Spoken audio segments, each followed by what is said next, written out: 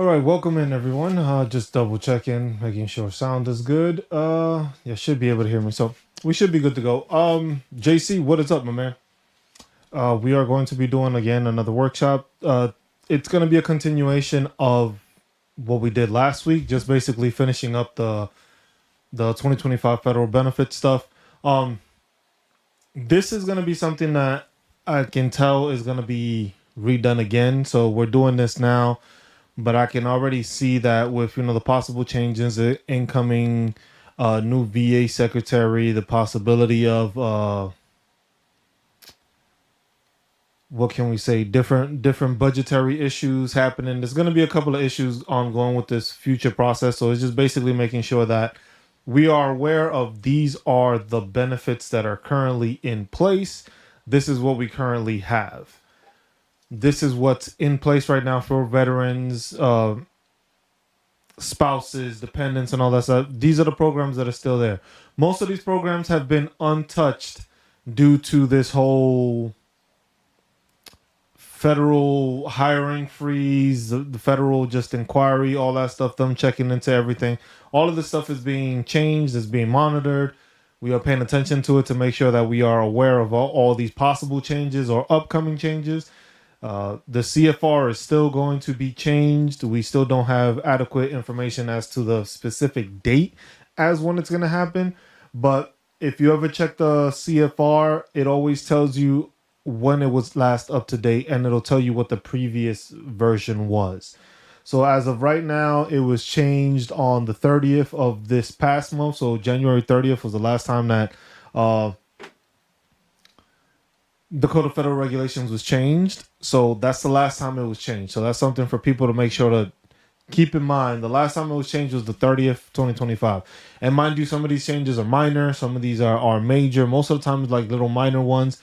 So let's say you are removing a specific diagnostic code, or you are combining diagnostic codes because you don't feel that the same thing is in there. That's the changes usually that happen, or it's the major changes that are implemented, planning to happen with the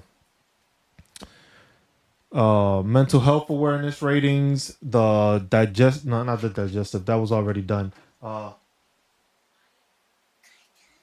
No, no, tell your mom. Well, there you go. One kid trying to interfere in the thing. Say that. Hello. Can you close the door, please? Got the kid tuning in. Um, but yeah. So those are the things that usually happen when it comes to the Code of Federal Regulation changing. It differs what happens. Another point that I wanted to make just as an announcement is also that on our website we have fixed up what the Nexus letter is supposed to look like. So if you haven't tuned in yet, you haven't checked in, you can check in on our Vetawarenessproject.com website. It has a Nexus letter template. It is not a Nexus letter that is just going to literally just give you what you need. It is basically a template so that way when you are going to your medical provider or you're going to your doctor, you are able to actually give them a document and be like, hey, this is the format of what I need for my disability rating, or this is what I need to have service connection for my disability claim that I am putting in with the VA. So basically just making sure that people have the visual so that way, and it's also a downloadable file. So if you want to download the file, you can just go onto the website, click download. It's on our Google Drive for the Vet Awareness Project. You check it through there. You can download the template of the Nexus letter. The Nexus letter can now be taken to your private doctor or whatever entity you're going to be seeing, so that way they have a better understanding of what it is. The biggest issue we have most of the time when it comes to Nexus letters and veterans dealing with them is the fact that nobody knows what it looks like. Nobody knows what the template is. A lot of veterans will go to a doctor or their medical provider and be like, hey, I need a Nexus letter. If your medical provider has no idea what the hell you're talking about or what it looks like or how it's supposed to be formatted, your Nexus letter may not be as strong as it needs to be. So basically for veterans, that's a big thing. Just like you need to make sure that your letter has the right information in there, has the right statements in there, covers the correct items, in order for you to be successful. You're not going to be successful if you do not have a nexus letter that actually states what it is that's going on with you, how it connects to you, how is it that you're injured, when did it happen, why is it, or what studies are joining together and basically stating like, hey, you are trying to service connect, let's say, whatever the issue is. It happened here, but now there's investigative and studies being conducted that allow you to connect that. That's the stuff that you need to make sure that your medical provider has, because then that's the information that allows you to service connect things. Because if you have that information, it's easier to connect it because now your provider knows what he's supposed to write or knows what the justification is. Most veterans don't understand that even with a nexus letter can be used if your doctor, like if your private doctor diagnoses you with something or you've been diagnosed with something, right? And the CMP examiner or the VA examiner basically gives you a specific detail of like, hey, this is what I diagnosed him with and this is the reason why. If that CMP examiner is incorrect or does not have a value into your claim, but your private doctor can explain as to why the diagnosis that they gave you was incorrect and why it's this or why it's that, that's something you can also put in there. Because you got to remember, most of the time with the CMP exams, you are going to be submitted or sent to someone that knows what that is about. If you have a back issue, most likely that CMP examiner is going to have something to do with backs. Not necessarily the claim where they're going to automatically be like a specialist for your back. And that's something people need to understand. So it's something you need to make sure that when you go to your private doctor, you have that info and it's just like, hey, this is what I'm providing. This is the format of the document that I would need from you to be filled out so that way I can actually have a nexus letter that is actually contributing to my disability claim and connecting my service, making that service connection. Because the biggest issue we have is we don't connect the service connection. The service connection is your biggest problem. It's not nothing else. It's having it service connected. Because once it's service connected from there, you can get injuries, you can get stuff like that, and you can work it up that way, and then you benefit from there. If it gets worse, because most issues worsen, that's something you can claim. That's something you can then file an increase for, where you don't need the extra documentation because it's service connected. Once you have the service connection, it beats the rest of the stuff, because now the VA understands that yes, this happened through the military, so we are going to compensate you or take care of you because of the military. Otherwise, it's not going to work. Otherwise, you're going to go through the struggle or you're going to be denied and stuff like that. A nexus letter is important because you need that in there to make sure to have a service connection. If you don't have a service connection, it doesn't matter what you have. You can have secondaries to secondaries to secondaries. If you don't have that first service connection, it don't matter what secondary you're going for if it's not being able to be connected to what it is you need.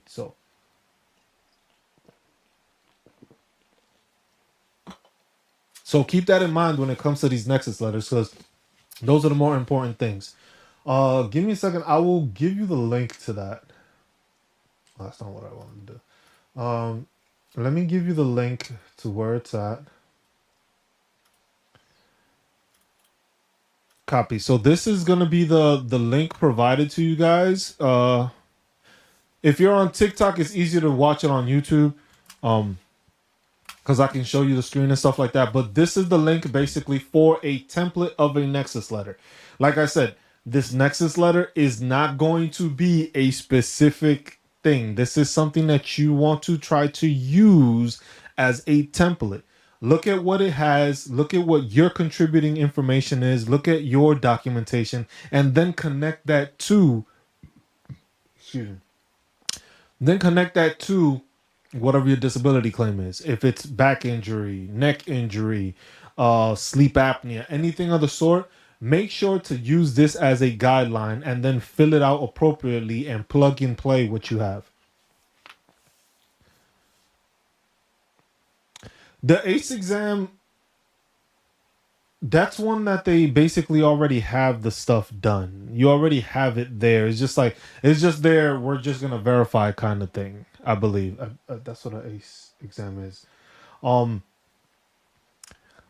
They're there because most of the time it's a easier process. It's an easier process with ACE exams. Is basically a quicker way of let's get you through that hoop instead of going through a CMP exam and stuff like that. Because it's basically we already see that you have it. We don't need to contribute more to it. We don't need to try to find more information. Kind of, I guess you could say it's a more straightforward way of getting a examination done than going through a CMP exam. Because the CMP exam is more like, hey, we need to figure out what it is you're claiming, as compared to an ACE is like, we know what you're claiming, we just got to make sure the documentation is there and you should be good to go. So that's always a good sign when you get the ACE exams. So always take that as a good thing. Don't take it as a bad thing. When it gets conducted, you just said it got recently done for sleep apnea. Most of the time sleep apnea, this is one thing I tell people when it comes to sleep apnea. If you have the ability to tell your provider or your doctor that you would like to do a in resident one, not the at home one, do the one that's in a study, a house facility, or something like that. Do that one. Do not try to do this at home uh thing they got. Don't do that. Don't do the at home one, because I've had plenty of friends that have done the I'm gonna do the at home sleep study, right? They do the at home sleep study, and it doesn't come out that they have that much.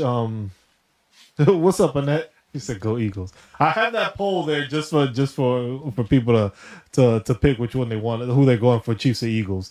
Um, but yeah, that's the one thing. That was just like, if you're doing a sleep exam, make sure that you are going to a actual sleep study location. Don't do at home that at home one. For me, I got mine. I didn't do the at home one. I had a bunch of friends that I knew had sleep apnea because I saw the symptoms and everything, and I told them to get in, and they got denied. Or basically, when they did the at home study, it didn't show that they actually had a strong case of sleep apnea.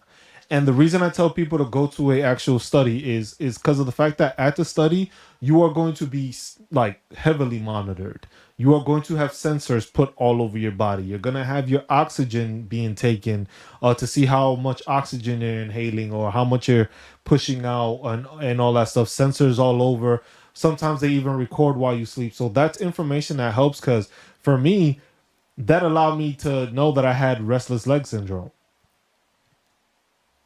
If you're doing it at home, there's nobody watching you. There's no record or film of it. So it's basically what that little monitor does is what affects you. And a lot of times what people don't understand is it's just like when you're going to sleep, you're trying to be as comfortable, as best as comfortable as you can. So if you're going to get comfortable, what are you going to do? You're going to go and you're going to do it that way. You're going to get comfortable. You're going to move around. So you may not have sleep apnea at that bad of a position if you are changing yourself and orienting yourself to sleep in a better manner.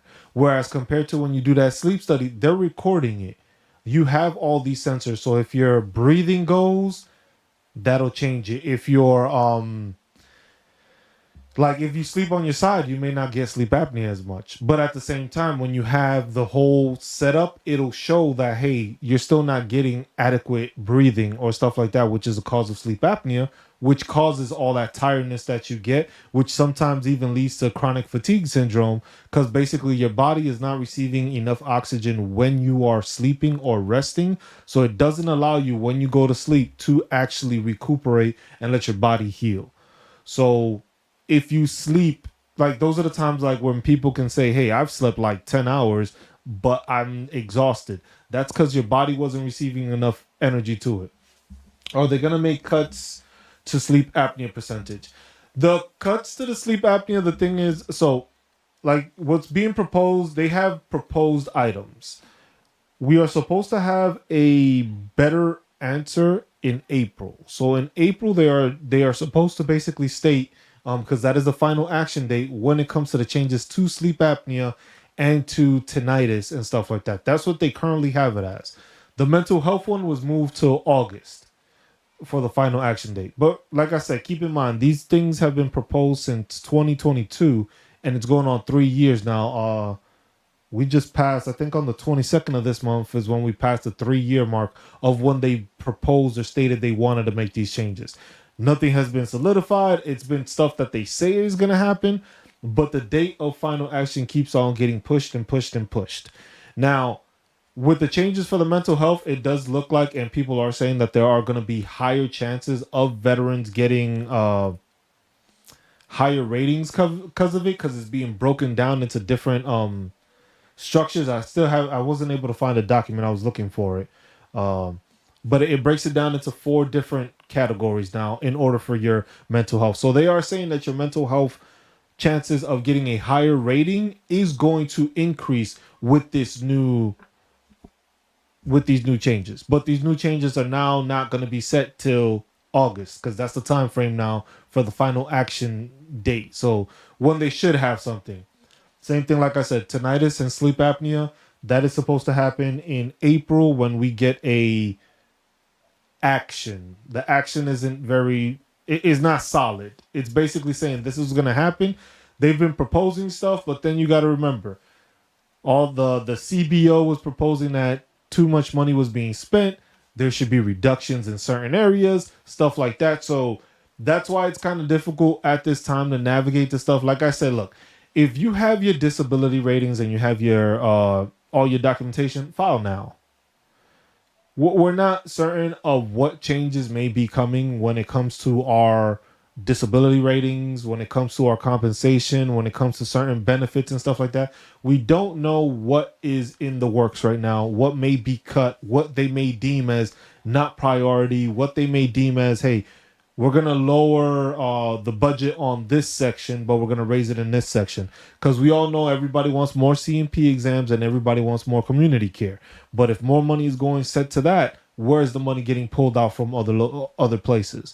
So that's the part that most veterans aren't paying attention to. But that's the part we need to start realizing that, hey, we have a certain budget. Within that certain budget is where we take care of all the stuff we take care of.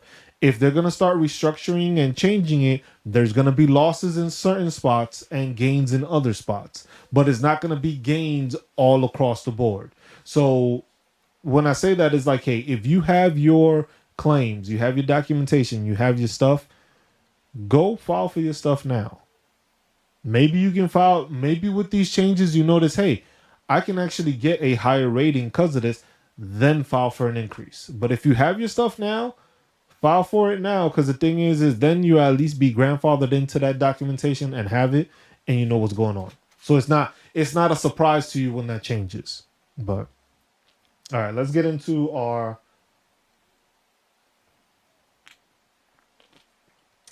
the benefits. This is just a continuation of last week.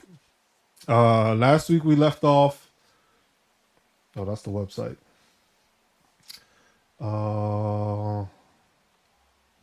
There we go. That's the Vetawareness website. You got advertisements on there, so if y'all want to click and help out the project, you can click on those ads. Don't have to buy anything. We do have our donation spot where you can donate to the project, or you can go under that and there's like a support page where basically you can check out our Amazon like wish list. We have a wish list. We have our setup. So basically what we use. So if people use those links, we get commission off of that. So basically not selling you anything directly, but there's going to be pages on there that it's just like, if you use it and click for it, it helps to donate to us. So it's certain things, we'll be making a little section where it's just like veteran necessities Amazon link thing. So basically things that I know I use and I know things work that a veteran would be beneficial to have at home or just at the workplace, in the garage, something like that. Stuff like that, or just stuff like that. And also we're going to make a community channel where it's going to be, I would like to make sure that, hey, if you are a veteran and you have a veteran owned business, I want to promote your stuff. Not going to be a charge or anything. If you want to do some extra stuff to promote, that's different. But on the website, it's just going to be like, hey, if you are an entity that is a veteran-owned business, you just got to like send me an email, send me the information of what you got, what you would like to put on there, so that way I can start highlighting it on your state. So each state will have a like a veteran-owned business thing. Remember, it's 50 states, so it's going to take me some time to do all of them, but started the layout of it. That way, it's like, hey, if you reside in a certain state and you're looking to support veteran-owned businesses, that way you have a resource to, hey, this is a veteran-owned business, whatever it may be. You could be a farmer, you could be a mechanic, you could be a electrician, whatever the case may be. If it's veteran-owned, make sure you got good reviews though. If it's bad reviews, I'm not gonna put you on the site. If you got good reviews, good overall like awareness and stuff like that, and other veterans use you and stuff like that, make sure to put it there so I can just highlight it so that way you are recognized within the state as, hey, you provide a service to veterans or you are a veteran entity that has a business. So that way, it's a benefit so that we are helping assist each other and helping promote each other's business so that way we can find a way to be more successful as veterans, but also uniting and helping each other out. So if you have a veteran-owned business that does something, you can go and support a veteran instead of supporting a corporation or something that doesn't assist veterans. Or, hey, a lot of entities and a lot of companies don't have no damn veteran discount. Some have a veteran discount. Some it's only they remember you're a veteran on Veterans Day. Some it's just like, hey, you got discounts throughout the year, stuff like that. So it depends on how you do it, but that's something you got to look at. Yeah, that's all it is, George. It's just basically, because the thing is that's the one thing with veterans is just like we do our time in service, we serve together and stuff like that, but a lot of times after that is just we just split. We go our own. Everybody has their own life. Everybody has their own stuff, but we end up separating into different places where we may not always communicate or we may not always reach out to the same people. So that's something that's just like, hey, if we can have a resource to do that, like, because there's plenty of entities out there, there's plenty of corporations or nonprofits that try to do the same thing. The problem is that with a lot of them, they still miss out on stuff. And that's something that we need to make sure that we don't fall into that issue, so that at least everybody's helping each other and everybody understands, like, hey, these are the available things to you. So to continue, so we started off with homelessness assistance and prevention. So this is where we left off last week, and it's just basically covering it that for VA's homeless programs constitute the largest integrated network of homeless assistance programs in the country, offering a wide array of services to help veterans recover from homelessness and live as self-sufficiently and independently as possible. So that's one of the big things here, is just like we want to make sure that veterans are being taken care of. We should never have any veteran on the street. Plain and simple. That should be like a rule of thumb. It should not be a veteran on the street. Now, some veterans you run into, and if you've spoken to, that they're homeless. Some of them actually enjoy being homeless. So it's not a thing of that we can just remove all homeless people. It's a thing of also, hey, we have homeless veterans that are used to that. They like the living. They don't like the expenses. They don't like having to pay rent. They got used to it. And sometimes it's hard to get them off the streets. So in some cases, it's hard to get some homeless veterans off the streets because they don't want off the streets. They don't want to do with all that stuff. But then there are those veterans that do need help and do want to get off the streets. And that's where things like these benefits come in handy. So if you have any questions for that, there's a list of health facilities here. And it's usually for mental health. You can get mental health and stuff like that without any cost. And that's the one thing. If you're struggling, being homeless is a mental struggle. Almost becoming homeless is a mental struggle. Not being able to pay your bills and stuff like that, and the possibility of becoming homelessness is a very mind deteriorating issue. So that's something that people need to be aware of, but you need to have the resources in order to take care of these veterans, to make sure that they are aware of the available resources that are there for them. Because a lot of the times, us veterans, we don't know. We don't know stuff till it's too late, or we find out stuff through somebody else after we've gotten past the problem, and then it's just like, you know what? It would have been nice to know I had this. So this is something that is always pushing it out. Additional services, there's a link here. Like I said, this will be tagged in the description of the video so that people can find it there. The Homeless Veterans Dental Program. Provision of dental care has been shown to significantly improve outcomes related to stable housing, employment, and financial stability for veterans experiencing homelessness. So this is something like, hey, I didn't know this existed for homeless. So you're able to get a dental program. Now, how much they cover, what they cover, that would be something that has to be inquired through them. But it also gives the website, and we can go and show you what that website looks like. And this is what it looks like. So there's the mission statement, the dental program, about it, contact information, gives you a little handbook. Also, you can click on and check, and that'll give you that information there. So, and that's for the VA homeless programs, and that is there. So it has the site. So, like most of these things, they have a link. They have a website that's available to you to get that information. So that's why I like that they sent out this guide, because of the fact that it's just like, hey, all this information is available to you if you just look for it. The thing is certain things you just don't know about.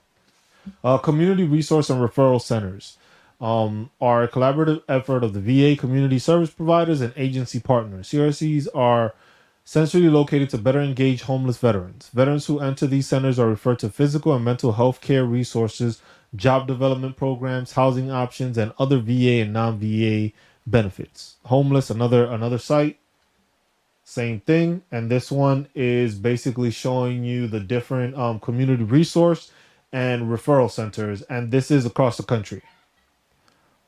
So you can look at these across the country. They're located there to basically assist veterans with this issue. Probably the closer you are to a certain region, that's where you are probably going to be sent to, or who you will speak to in order to get your information from. Okay, community resource. So we went over that. So then we got the VA healthcare for homeless veterans, HCHV program. Serves as a gateway to VA and community supportive services for eligible veterans.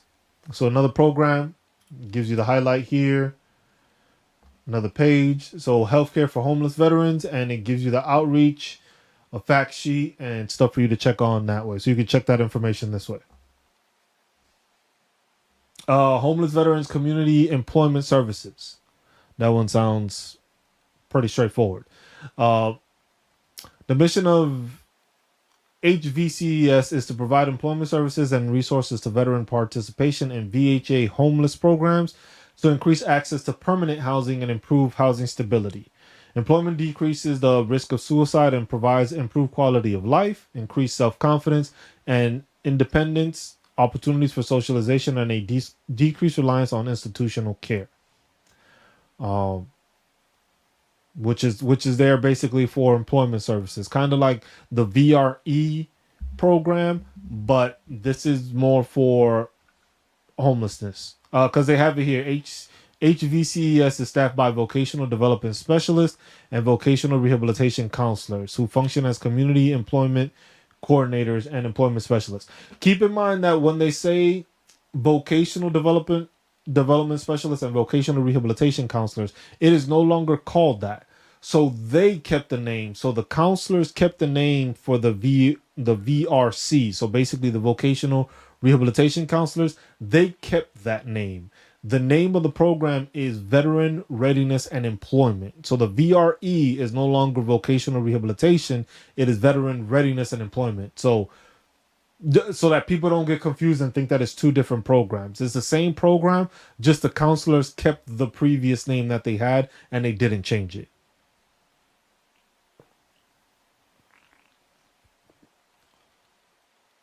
When or can they reevaluate your rating after 55 years old? So there's the three different rules. There's the 5-year rule, the 10-year rule, and the 20-year rule. Then after 55, there's different. With the 5, 10, and 20, I can't remember the specifics off the top of my head for each one, but the 5, 10, and 20 rule is basically once you have a rating after 5 years, it gets to a certain point where they may not reduce it or they may not evaluate it again. After 10 years, it's just like you can't lose any of it. And I think after like 20, it's just like even if you have improvement, it won't get reduced. So there's 3 different levels to it, but each level has a different criteria and it gives you different that I can't remember off the top of my head which one is which. But it's a 10-year,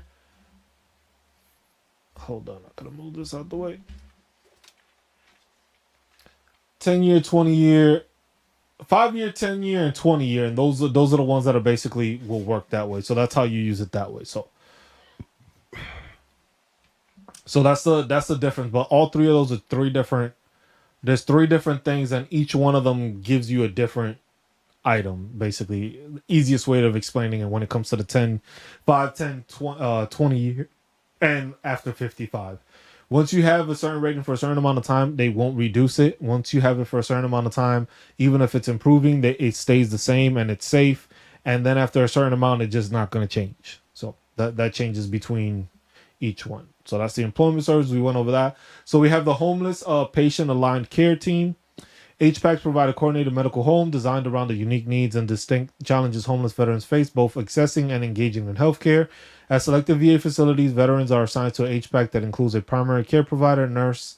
So basically, this is the same thing as, hey, as a veteran, even within the system, if you are homeless, you still get assigned your provider. You still get provided the assistance to be taken care of and stuff like that, even if you are homeless. So it doesn't separate it and make it a different thing. You are still a veteran. You are just going through the homeless issue right now. So they're going to put you this way you can still be medically seen, but then also put you in the program so that allows you to better yourself and find employment or find a home. There's also the HUD VASH program, which is a little bit lower, and we'll go through that. But the HUD VASH program is there to assist veterans with getting homes or a stable place to stay. So that's always there. The same thing with the homeless aligned one. It has its website, homeless aligned patient care. This is all in this guide. So if you have any specific questions or anything like that, you can resort to looking at the guide. The guide will have that specific information, and you can just tag on whatever it is, results so far, stuff like that. You got to check these links though, because a lot of the problems that I have with the VA is that a lot of this stuff is outdated and hasn't been updated. So if you look down and check on this one says last updated September 26, 2023. So basically saying that this program is still there, but there hasn't been anything updated within the site since 2023. So it has like program brief. Program brief is there, but it doesn't tell you when it started. It just tells you the program brief of what it goes through. So that's something that to keep in mind when it goes to a lot of these. It's like, hey, the VA has a vast number of resources. The thing is that a lot of parts of those pages are not being updated at the correct time. Can private health insurance affect your coverage under VA 100% rated? Should I drop my insurance? If you already have your own private health insurance, you should be okay because it should be supplemented. And the thing is, you got to remember some of the stuff you could just go through and use through the VA. Would I drop your private health insurance? No, because if you have family and you're 100% PNT, you need to make sure that you are applying for Chant VA, which then provide a secondary insurance to your primary insurance, which basically with anything that goes through Chant VA, 9 times out of 10, Chant VA pays it and they cover it. So literally, if you have your private health insurance and you use that, your family uses it, that's fine. Now what you do is you apply for Chant VA, which Chant VA has made it that you can apply online now. You don't have to just fax it or mail it. So now they have an online option for you to be able to fill out and do the Chant VA. So you don't have to worry about the snail mail. It'll be sent to them and they'll receive that. Once you get the Chant VA, from there you go to whatever doctors you go and be like, hey, I now have a secondary insurance. Secondary insurance is now Chant VA.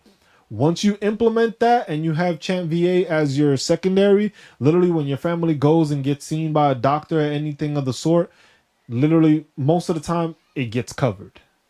You will get a pamphlet. It's like a booklet that you will receive once you get the Chant VA, and it'll explain what is covered. I was just like, what percentage? And it'll say like, hey, if Chant VA is the primary, this is what it'll cover. If it's if it's secondary, this is what it'll cover. If you have a primary insurance, I would say keep it because that will take a brunt of it.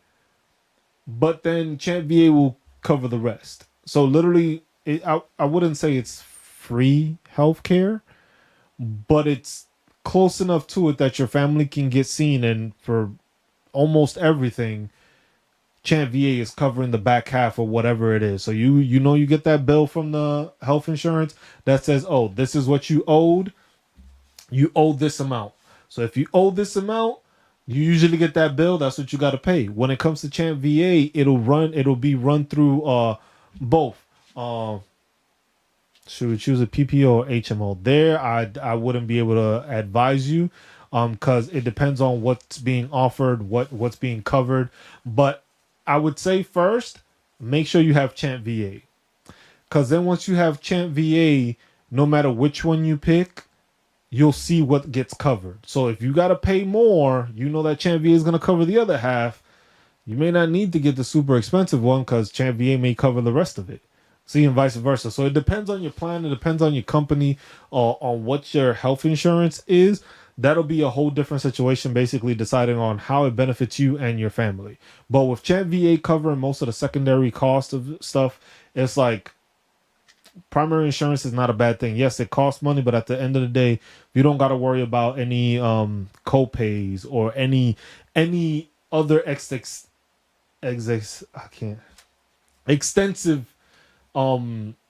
bills or anything coming after you've been seen. Then I would do that. Thank you, girl. No problem, Luckiest. I just think at least that's the thing we're doing, because right now I have primary insurance and Chant VA is second. Kids get seen for anything, go to the doctor, stuff like that. It gets run through the primary insurance. Boom, whatever it is they cover, it's covered. Then whatever secondary has been covered by Chant VA. So my kids are being taken care of. So that's the best thing to do, because the thing is it sets your family up for success, because now you don't have to. It's a big burden dealing with medical bills in this country. That's one thing we deal with a lot. The medical bills do cost a lot, and it does add up over time. Especially if you got that time period of the year where it's just like, hey, everybody's gonna get sick.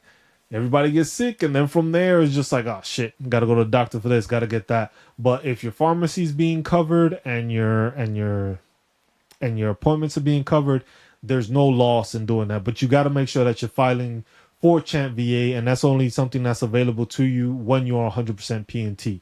So that's something you gotta make sure you do. That's one of the main things that, as a veteran, once you get that, file for Chant VA. You got your family, file for Chant VA, because it does take a process. Even though they did it online, it's online available now.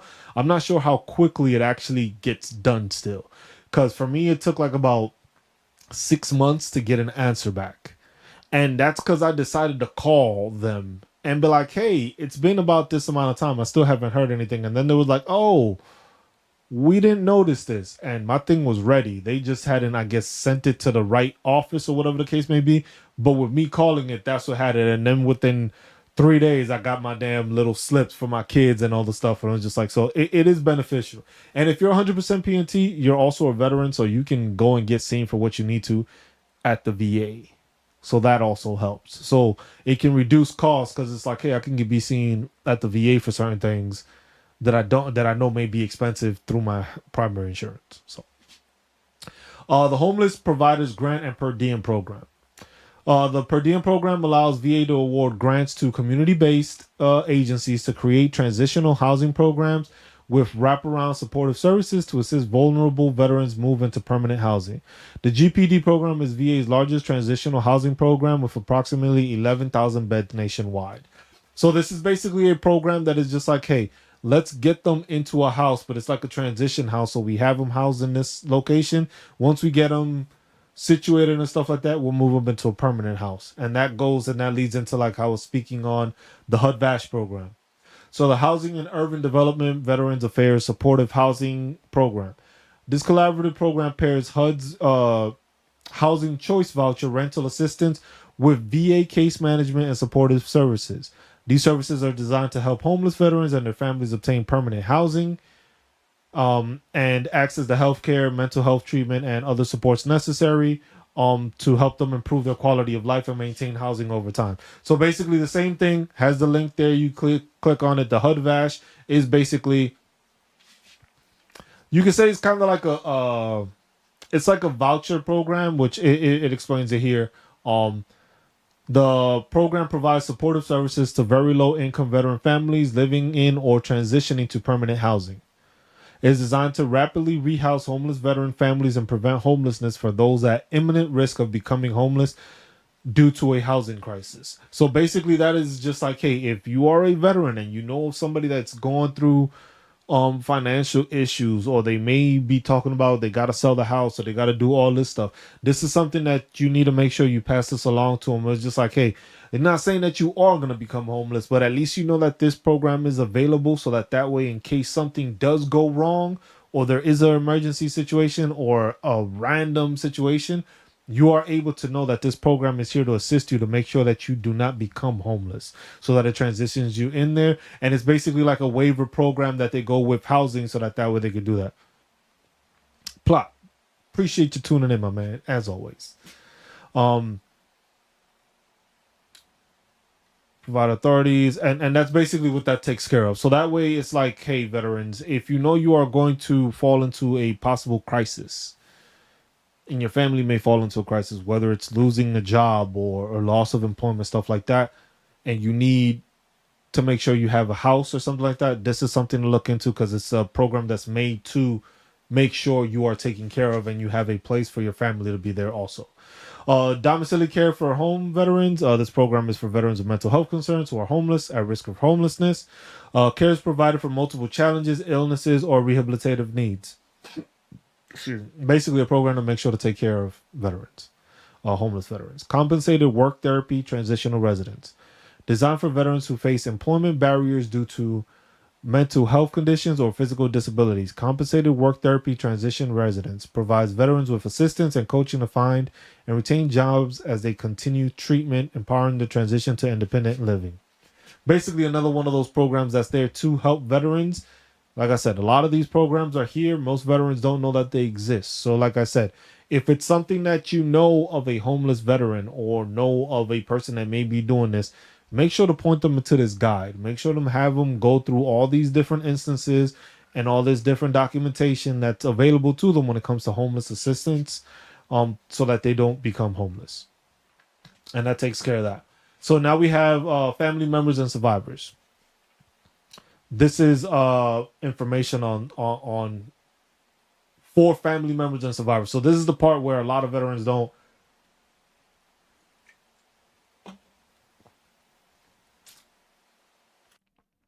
How can I put it? A lot of veterans don't.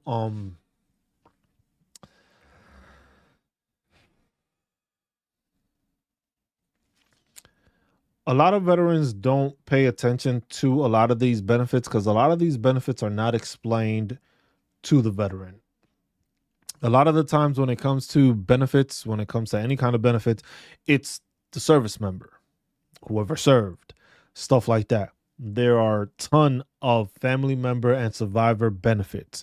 Some of them are more influential because of the state you reside in. Some are federal benefits, which is this is what we're covering here is the federal benefits, but you have to look and inquire about your own state. Your own state may have benefits for your survivors, for your dependents and stuff like that. Some provide schooling for free. Some provide certain like job applications to hire spouses and more and get them more availability. Um, there's the Chapter 35 benefits, which is basically a dependent or kid can basically receive you can receive a monthly stipend while you're going to school. Plot, appreciate you as always, my man. And you do that. There's so many benefits that come with being a veteran and becoming a veteran, even when if it's 100% PNT or not, that are still available to you that you need to inquire about, because a lot of the stuff can help family members. Look, if you can get your kid to go to school for free, that's a cost burden that you don't have to worry about as a parent looking out for those loans, or for your kid to worry about being able to go to school and get an education and not worry about the back end where it's just like, hey, I need to pay all these thousands of dollars in school fees. That goes a long way, because for all of us, I know for most veterans going through the process, when it comes to it, even though when you're 100% PNT, you can get your loans deferred, but there's a little thing you could do there, and I've explained that before. You get your loans deferred or you get your student loans paid off. as 100% PNT, but the ability to provide a further education for your family at a lower or reduced cost price or no cost at all, that's a big plus. That leaps you ahead of the issue that you had prior where you had to pay for school. Now you at least know that next generation doesn't have to worry about it. So that's something that you can build off of. So the Affordable Care Act was created to expand access to affordable health care coverage to all Americans, lower cost, and improve quality and care coordination. Under the health care law, people will have health care coverage that meets a minimum standard called minimum essential coverage by January, so everybody understands that. Or pay out a fee when filing the taxes if they don't have. So you get that form. I think it's like is it a 1095? I think it's a 1095 that they send you, like, hey, you have medical coverage and this has covered you and stuff like that. That's the form that basically does that. So when you have that, it's basically like, hey, you got the medical coverage. It's here. This is what's being notated. Now you can look at it this way. But then it continues here. So VA wants all veterans and their families to receive health care that improves their health and well-being. Dependents and survivors enrolled in civilian health and medical program of the U.S. Department of Veteran Affairs, Chant VA, like we were speaking about earlier, or the Spina Bifida healthcare program, meet the requirements to have healthcare coverage under the healthcare law and do not need to take any additional steps. The law does not change Chant VA or Spina Bifida benefits, access, or costs. Veterans' family members who do not have the minimum essential coverage required by the health law may shop for and purchase private health insurance through the thing. So basically, because this is saying that, hey, if you don't want that primary insurance and you want Chant VA to be your sole insurance, you do have that, and it covers your thing. But like I said, you have to look at the booklet. Once you are approved for Chant VA, you have to look at the booklet and see what it covers, because there's certain things that it does, certain things that it doesn't, and it tells you what it covers and what it doesn't. So that's something that you want to look into before you decide, hey, I don't want to have private insurance. It could be a benefit. Like, hey, if you don't need private insurance and you have the stuff that covers you through the VA, through Chant VA, and they say it'll cover it and you're good with that, by all means do it. But if you have private insurance and it's going to cover a good portion of it, and then Chant VA covers the other half, that means you basically have free healthcare through your private insurance and your VA insurance. Just keep that in mind. But like I said, you have to do your homework and make sure you're studying, making sure you are investing the time to look into what the different issues are so that you know what's going on when it comes to what's covered and what's not. Dependent and survivors benefits. A death gratuity. The death gratuity program provides a special tax-free payment of $100,000 to eligible survivors of members of the armed forces who die while on active duty or while serving in certain reserve statuses. The death gratuity is the same regardless of the cause of death. So that's basically something that is just like, there's $100,000 eligibility. Death gratuity, if it happens, that's separate from, I believe, your VSGLI and VGLI and all those other ones that we covered last week. The long-standing purpose of the death gratuity has been to provide immediate cash payment to assist survivors of deceased members of the armed forces to meet their financial needs during the period immediately following a member's death and before other survivor benefits, if any, become available. So this basically like, hey, service member passed away on active duty for whatever, like this is to cover cost, funeral, stuff like that, to make sure they're taken care of. Survivor Benefit Program. The Survivor Benefit Plan is a Department of Defense sponsored and subsidized program that provides up to 55% of a service member's retired pay to an eligible beneficiary upon the death of the member. The program provides no-cost automatic coverage to members serving on active duty, the reserve component members who die of a service-connected cause while performing inactive duty training. In addition, active duty members can purchase coverage upon retirement, and reserve component members can elect coverage when they have 20 years of qualifying service. So they have that. And then that has that it has that extra information on top of that.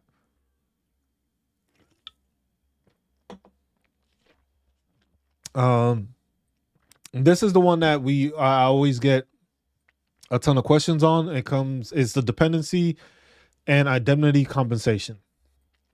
So this is basically, I'm gonna just read it off of here, and then if people have any questions, make sure to ask the questions to see if you want a deeper explanation of it. Even though I think this will cover most of it, it's something that, a lot of people have questions towards, and I've had people reach out to me on TikTok and on YouTube, on how does it work? What does it do? Because there's a lot of service members that have these issues, or surviving spouses or dependents that had a service member or a veteran pass away, and some don't know that this is available to them.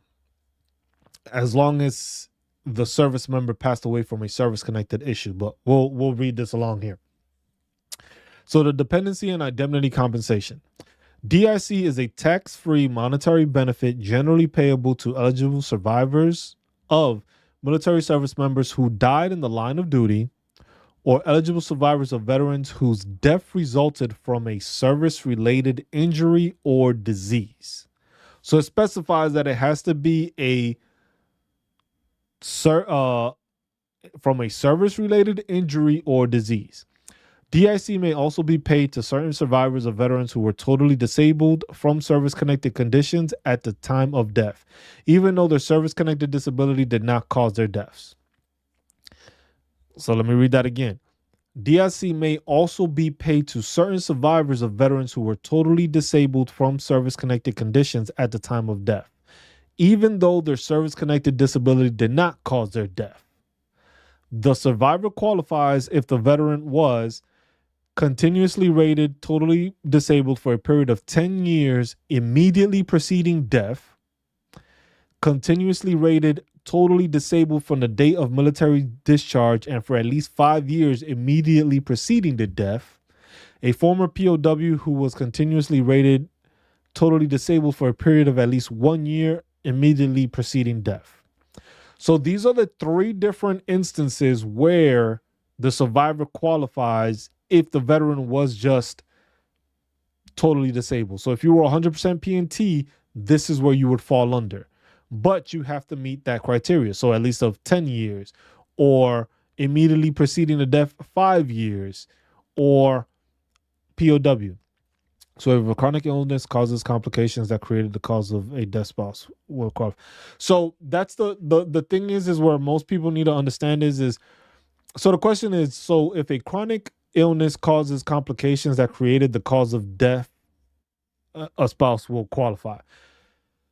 You have to make sure. So one of the things that I've seen from a lot of people I've spoken to with this issue is that you have to make sure that on that death certificate, it states that service-connected issue.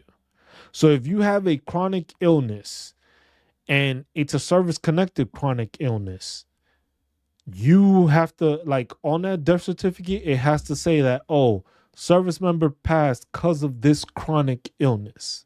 Because the thing is basically, unless you fall into the three that we just read just now, which is these three right here, if you fall into that criteria, then you may still be able to apply. Otherwise, you need to make sure that your death certificate or the death certificate of the veteran shows and highlights, hey, they died because of this. So cause of death, heart attack. Maybe it was because of high blood pressure, or the high blood pressure caused the heart attack. That would have to be on that death certificate to basically be able to contribute. It was like, oh, he passed away because of this. Because if you passed away of something that wasn't service connected, they see it as, well, you passed away like of natural causes. Then the VA didn't have anything to do with it, or the military didn't cause this to be a part of the reason why you passed. So that's why it's important to have that on that death certificate. They have to have that. But we'll keep on going and keep on explaining because it has the eligibility. So to qualify for DIC, a surviving spouse must meet the following requirements: married to a service member who died on active duty in training, married the veteran before January 1st of 1957, married the veteran within 15 years of discharge from the period of military service in which the disease or injury that caused the veteran's death began or was aggravated, was married to the veteran for at least 1 year, had a child with the veteran and cohabited with the veteran continuously until the veteran's death. If separated, was not at fault for the separation and is not currently remarried. A surviving spouse who remarries on or after January 5th of 2021, upon attaining age of 55, remains eligible for DIC benefits. A surviving spouse who previously lost to eligibility to DIC due to a remarriage occurring between the ages of 55 and 57 would not be eligible to have the benefit reinstated effective January 5th of 2021. So it's kind of, so this is new to me because I didn't know this. So basically a surviving spouse who remarries at age 55 can start collecting DIC benefits. This is something that's new to me because this I wasn't too sure of. But it basically explains it. A surviving spouse who remarries on or after January 5th of 2021 upon attaining age 55 remains eligible for DIC benefits. Because remember, here it's saying that you can't remarry.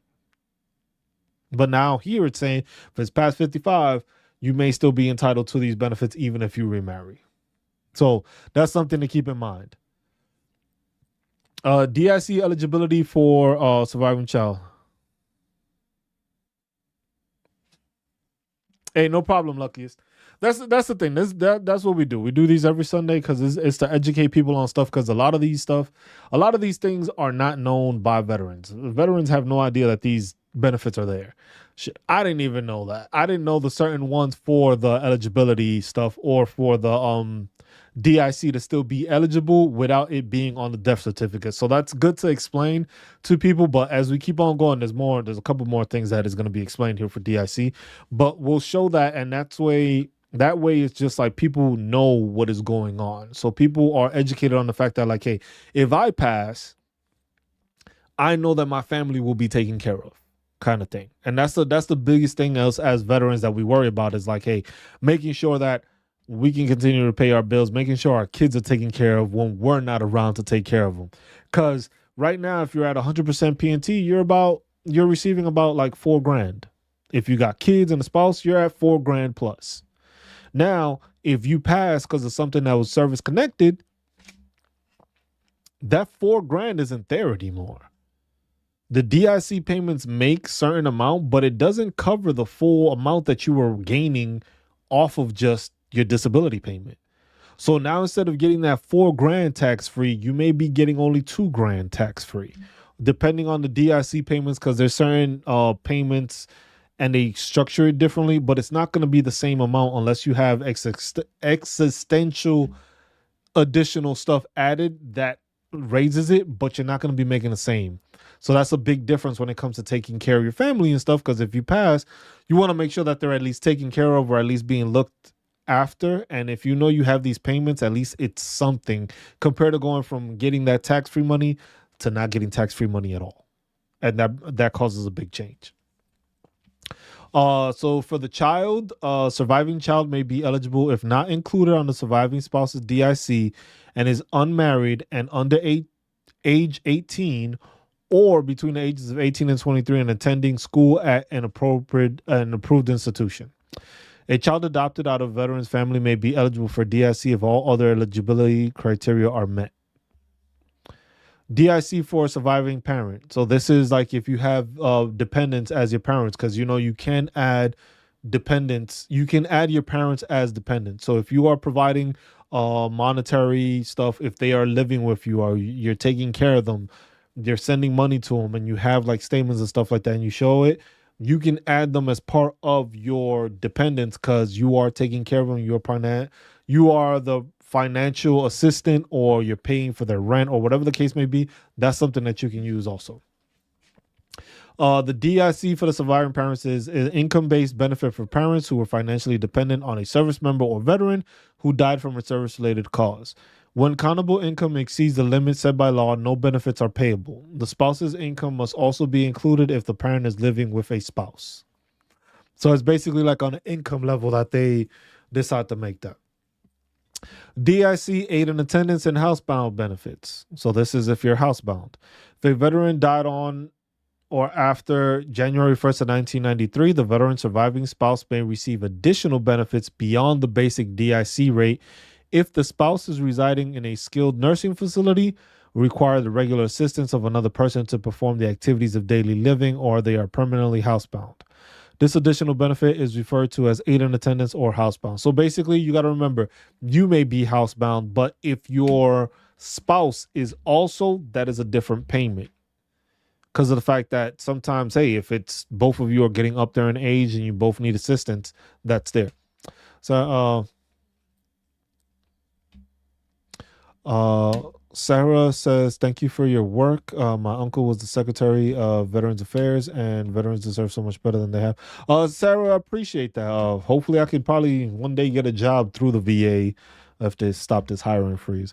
Um, but hopefully to be able to assist veterans in that way. But that's why we do this, because most people go to YouTube or they try to Google stuff to get answers. So this is just a way of pushing that information out there so that people obtain this information that is readily available, but veterans just don't know where to find it or how to get to it. So this is just to make sure to do that. And the thing is like I said, look, the va.gov is a good site. I'm not gonna say it's a bad site. It's a good site. The problem is that it has to be a bit better when it comes to user friendliness. Some of these veterans are older, are not very tech savvy.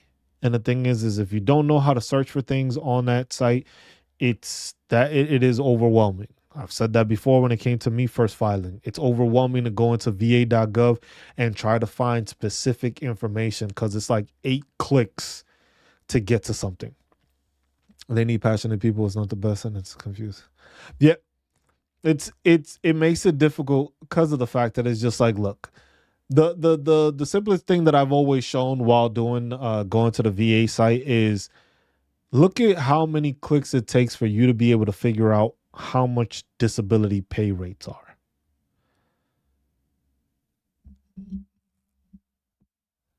Yo, military Mike, what's up, my man? Yeah, I know. I changed the name to Veteran Awareness Project, so that's why it was. Yeah, I could figure why you could find it. But yeah, that's all it is. It's just like, that's why it's just like I made that video I made. It's easier for you to find that information. Why? Because it's available to you. If you need to know what the pay charts are, it's just like, hey, this is it. Yeah, see, and I have somebody saying, yes, it is overwhelming for the Vietnam veterans. It is an overwhelming factor. It's just like, look, the crazy thing, like I said, it was overwhelming to me as a person that's been around computers and uses a computer and has all this stuff. It was overwhelming for me just to look into it and be like, yo, where do I even start? Oh, just like, because the easiest thing is just like, oh, file a disability claim. There's no tutorials. There's no class. There's no like PDF or anything. It's just like, hey, this is how you go about filing your disability claim. None of that is explained. And even when you do it, like when you're getting out of the service, which is, I think, is the biggest issue, it was like you take those classes and those classes are bullshit. I'm sorry to say. It was just like the briefing for the VA part is literally like, hey, this is the site. This is how you get to it. You click on here and you file. At least that was my experience leaving Germany. In the States, it's different because you can actually reach out to a VSO. You can go to the American Legion or the VFW. Germany had one VFW post, which I joined up with, and I worked with with a German orphanage. We helped have our firefighters in my platoon. I made sure to coordinate that stuff and help them, and it was one of my squad leaders. He was the one that coordinated with them, and we did an orphanage thing where we went and we took the fire department to them. They got to test the thing. You know how kids like to play with stuff like that. But those programs are there and things are there that people just don't know about. It's overwhelming. Vietnam veterans is like, hey, if you're not computer savvy, it's hard to get this information. It's hard to figure this information out if you're not computer savvy. Most of it is just like I said, just to get to disability rates, it's like 8 clicks to get to disability, then this part of the disability, then compensation rates. And it was just like, look, just put the information that you know veterans are looking for. Like, yes, it breaks it down to education. You click on education and it's just like, holy shit. So it's just like, I always recommend them go to the VSO to file the claim. Yeah, I always tell people to go to a VSO. The thing is that I also tell people, it's just like, I'm always going to recommend you to a VSO no matter what is going on. If I don't know the answer, or if I tell you it's just like, hey, I'm gonna give you this guideline. This is the guidelines to what you need. Go to a VSO, because these people, that's their job. These people get paid for that. I don't get paid for this. I do this as just as an educational benefit for that. If you learn something from here, I appreciate it. If it's helped you, shit, if you've reached 100% and stuff like that, and it don't hurt, and I helped you get to that 100%, if you can become a member for $1 a month, it's $1. You making a couple hundreds, you making a couple extra hundred, a couple $1,000 a month more because of my assistance or what I taught you. It doesn't hurt to just help donate and just put like $1 and become a member. That's all I'm saying. I don't get paid for this. VSOs actually get a salary for that, and I'm just doing this for free. I was just like, I'm about to be able to walk up to someone and them telling you, I got you. This is what you need to do step by step. And that's what, George, that's the thing that I try to do here. Because the thing is I don't provide any consultations, because the thing is if I did one consultation, and Annette was here earlier. That was the only consultation I've done. Thing is it is time consuming. That is my time I am doing, and that would mean I am assisting you with making sure you are straight, but I don't get nothing out of it. He said, brother, you should be a VSO. How do you become? You have to become accredited. And the thing is Mike, if I'm an accredited VSO, I am not able to do this. So I wouldn't be able to use the information and stuff like that to push out like, hey, I'm a VSO, but I also have my channel. So that's why it's just like I wanted to become accredited, but then it's conflicting because it doesn't allow you to do this, because I can't push it. I was a paramedic for a long time. Most veterans have no clue about medical evidence. You almost need to be a medical professional to navigate the VA claim system. It comes to it, but it's difficult. Yes, I do have a website. It is Veteran Awareness. Hold on. I'll link it in here.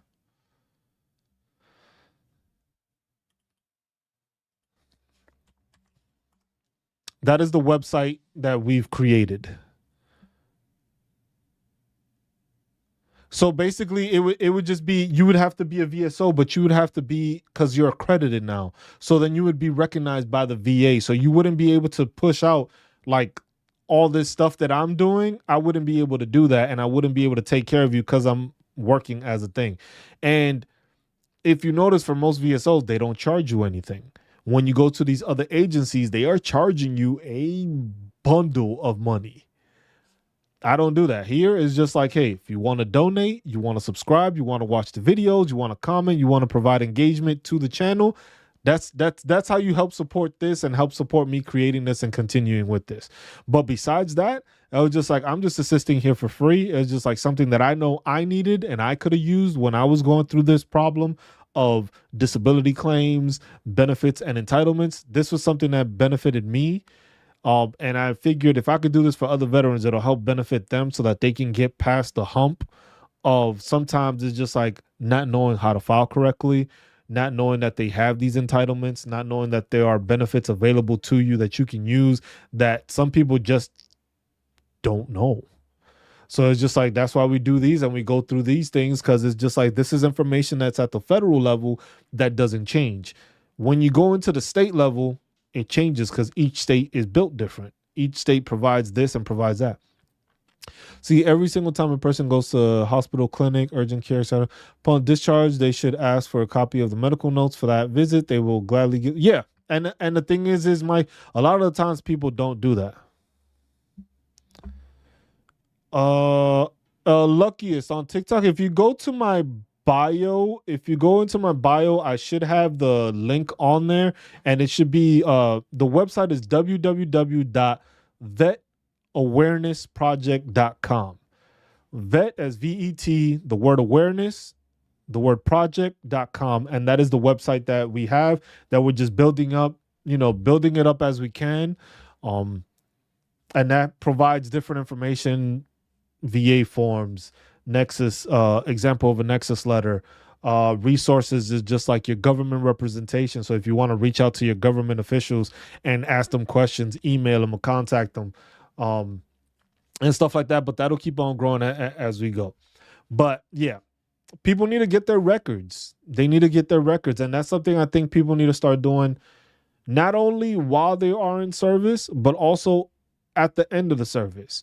Do this as a military veteran. Anything that you have, like I said, you had your I Love Me book, which is everything you could accomplish, awards, certificates, um, anything of the sort that's good. Now you have to have your I Hurt Me book. So as active duty, you want to make sure that you are taking all the documentation of every time you got seen, hurt, and everything, put that in a folder. The same way when you become a vet, do the same thing. When you go to the doctor and you know it was from something that is service connected or something that happened with the VA or the medical on the military side, get a copy of it. Put it away in a folder. Because nothing is you are 100% P&T, but down the line you may get it reevaluated, or you need to file a claim for something that you may pass away from that you know you want to claim. They might reevaluate. At least you have all that documentation, because that's the problem with a lot of the Vietnam vets. They don't have this documentation. They don't have this paperwork of 20 plus years of being seen for an issue that is not service connected, but was service caused. So if you don't have that 20-year gap there, then it makes it difficult to service connect something, because you got a 20-year gap of not having any treatment, not having the documentation and stuff like that. That goes a long way to showing like, hey, either this has gotten worse, this has gotten better. So that's something that you want to make sure that you're doing. And it's just like, keep documentation from everywhere. Every document you have that pertains to your medical stuff, you should have a copy of it. Your doctors and your providers are going to have a copy of it, but you should have your own copy of it too, just to make sure like, hey, you have this. Or even better, what I tend to do also is like, hey, if you go, let's say you are being seen for whatever it is you're being seen, community care or whatever, you get a copy of it. So if you went and you got seen on this date, usually the VA will send something like, if it's community care or something, they'll send you a form. Like, this isn't a bill. This is just saying like how much was charged and stuff like that. File that shit away. Because then you have every single instance of every time you got seen for something, so that you can just be like, look, I got all this documentation of every time I got seen. Now you can go and ask for the documentation from your provider. Like, look, I need the information on these dates. And you can get all that. I got here. These days were paid for. I can use this documentation. All right. Let's see. Does your org have a LinkedIn? I know LinkedIn can be annoying, but that's where a lot of the gov officials communicate, share stuff.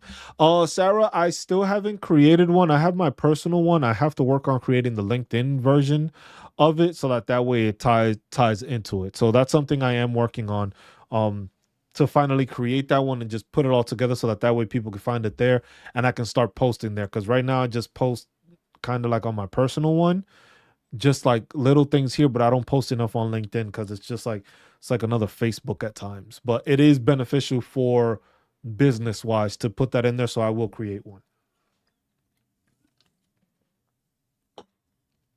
or at least finish it, because that's one thing I have not done. Was a small notation. Yeah, tough to service connect, but yeah, if you're separated for that long, which like I said, that's the biggest issue.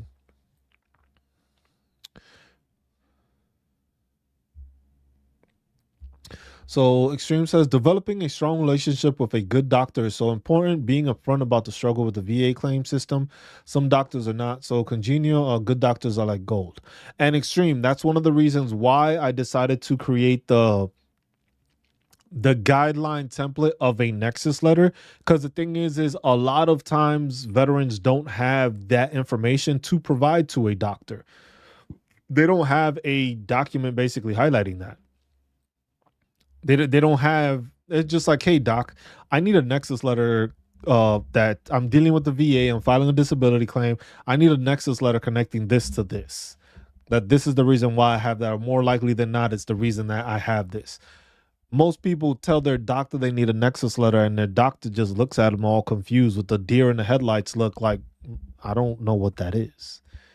I don't know what it looks like. I don't know how it's formatted. So that's why I provided that on the website. So it's just like, hey, veterans, if you need to know what a Nexus letter looks like, this is the template basically. From here, you can give this to your doctor and your doctor can fill it out appropriately, or you can assist them in helping it.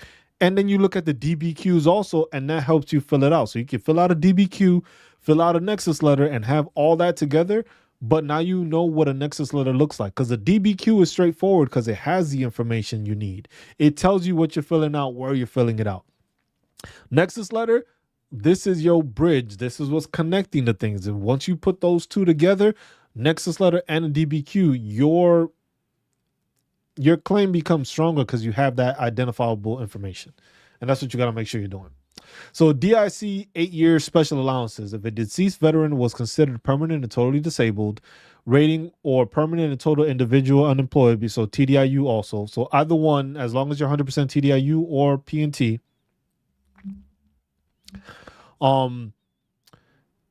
Continuous years prior to death and the surviving spouse was married to the veteran for those same 8 years, the surviving spouse may be entitled to an additional monthly benefit on the DIC award. Like I said, the DIC is different, but it has different specifics in writing for it. I wrote next from my.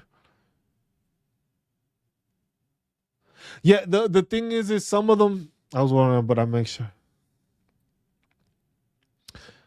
Yeah, that's what you got to do, but keep a note of that. And you can also request your C file, request your documentation from the thing, because you got to remember, if you're getting seen by the VA, you want to make sure you have that information, because having that information shows what they are writing. So now you know that when you got seen, oh, they said this, they said that.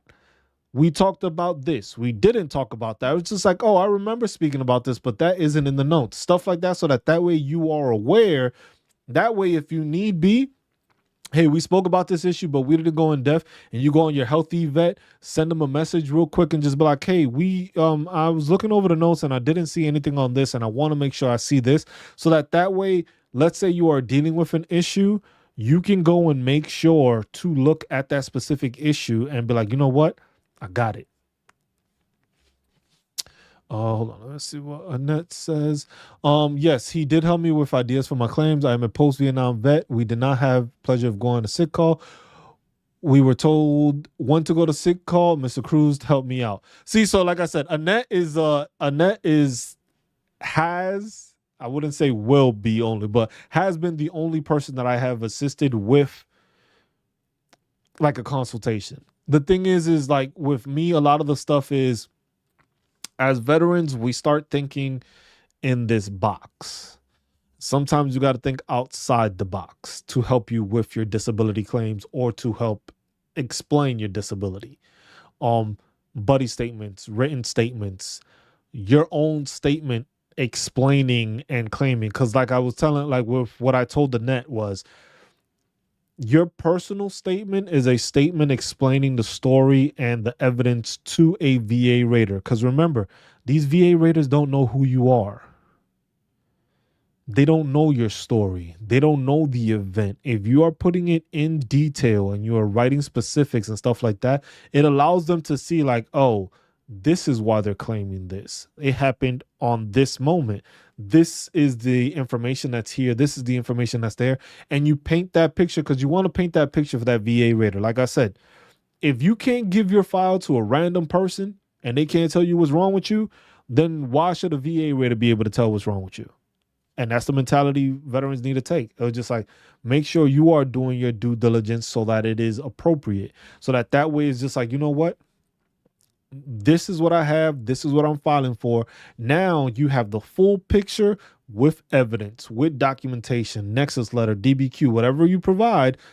But your statement is like that glue that glues all that stuff together. So when it happened, how it affects you, and you have it in writing, but it's also thinking outside the box of the stuff that it limits you.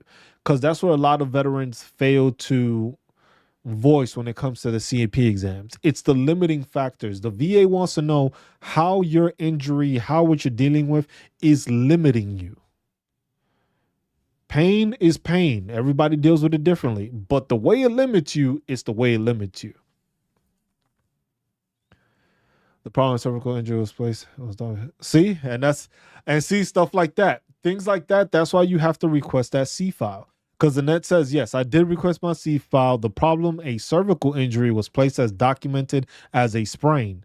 So that's why you would need to ask for your documentation, because your documentation can have solid evidence in it that changes your whole thing. Because like in that case, you have a cervical injury, which could be a dislocated disc. It could be a dislocate, like a cervical. You can have it as a strain, or you can have degenerative disc disease, or whatever the case may be. But if they're labeling it as and diagnosing it as something completely different, remember the CFR is going to go off of what it is the claim is. So if you just have a cervical strain, it's just going to put it as a cervical strain. It's not going to try to look into if there's a degenerative disc disease, a dislocated disc, or anything like that. Said there was no CT or MRI back then. Now 40 years later, I'm screwed. And that's like I said, that's the hardest part when it comes to Vietnam era veterans. It's just like the information and the ability to have everything digital is not there how it is now. For veterans now, you shouldn't have a problem getting your stuff done, because the advances since the Vietnam time are drastically better. The problem is that we have a lot of the older veterans which are having these problems because all these programs were not in place in those days. Technology was not in place in those days. We wouldn't be doing this right now in those days.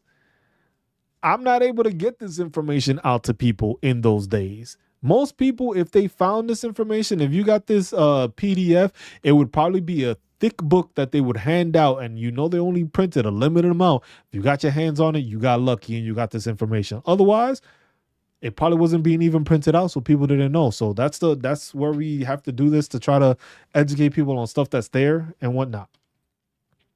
That's the special allowances restored entitlement program for survivors. An additional special benefit may be payable to veterans who died of service-connected causes prior to 1981.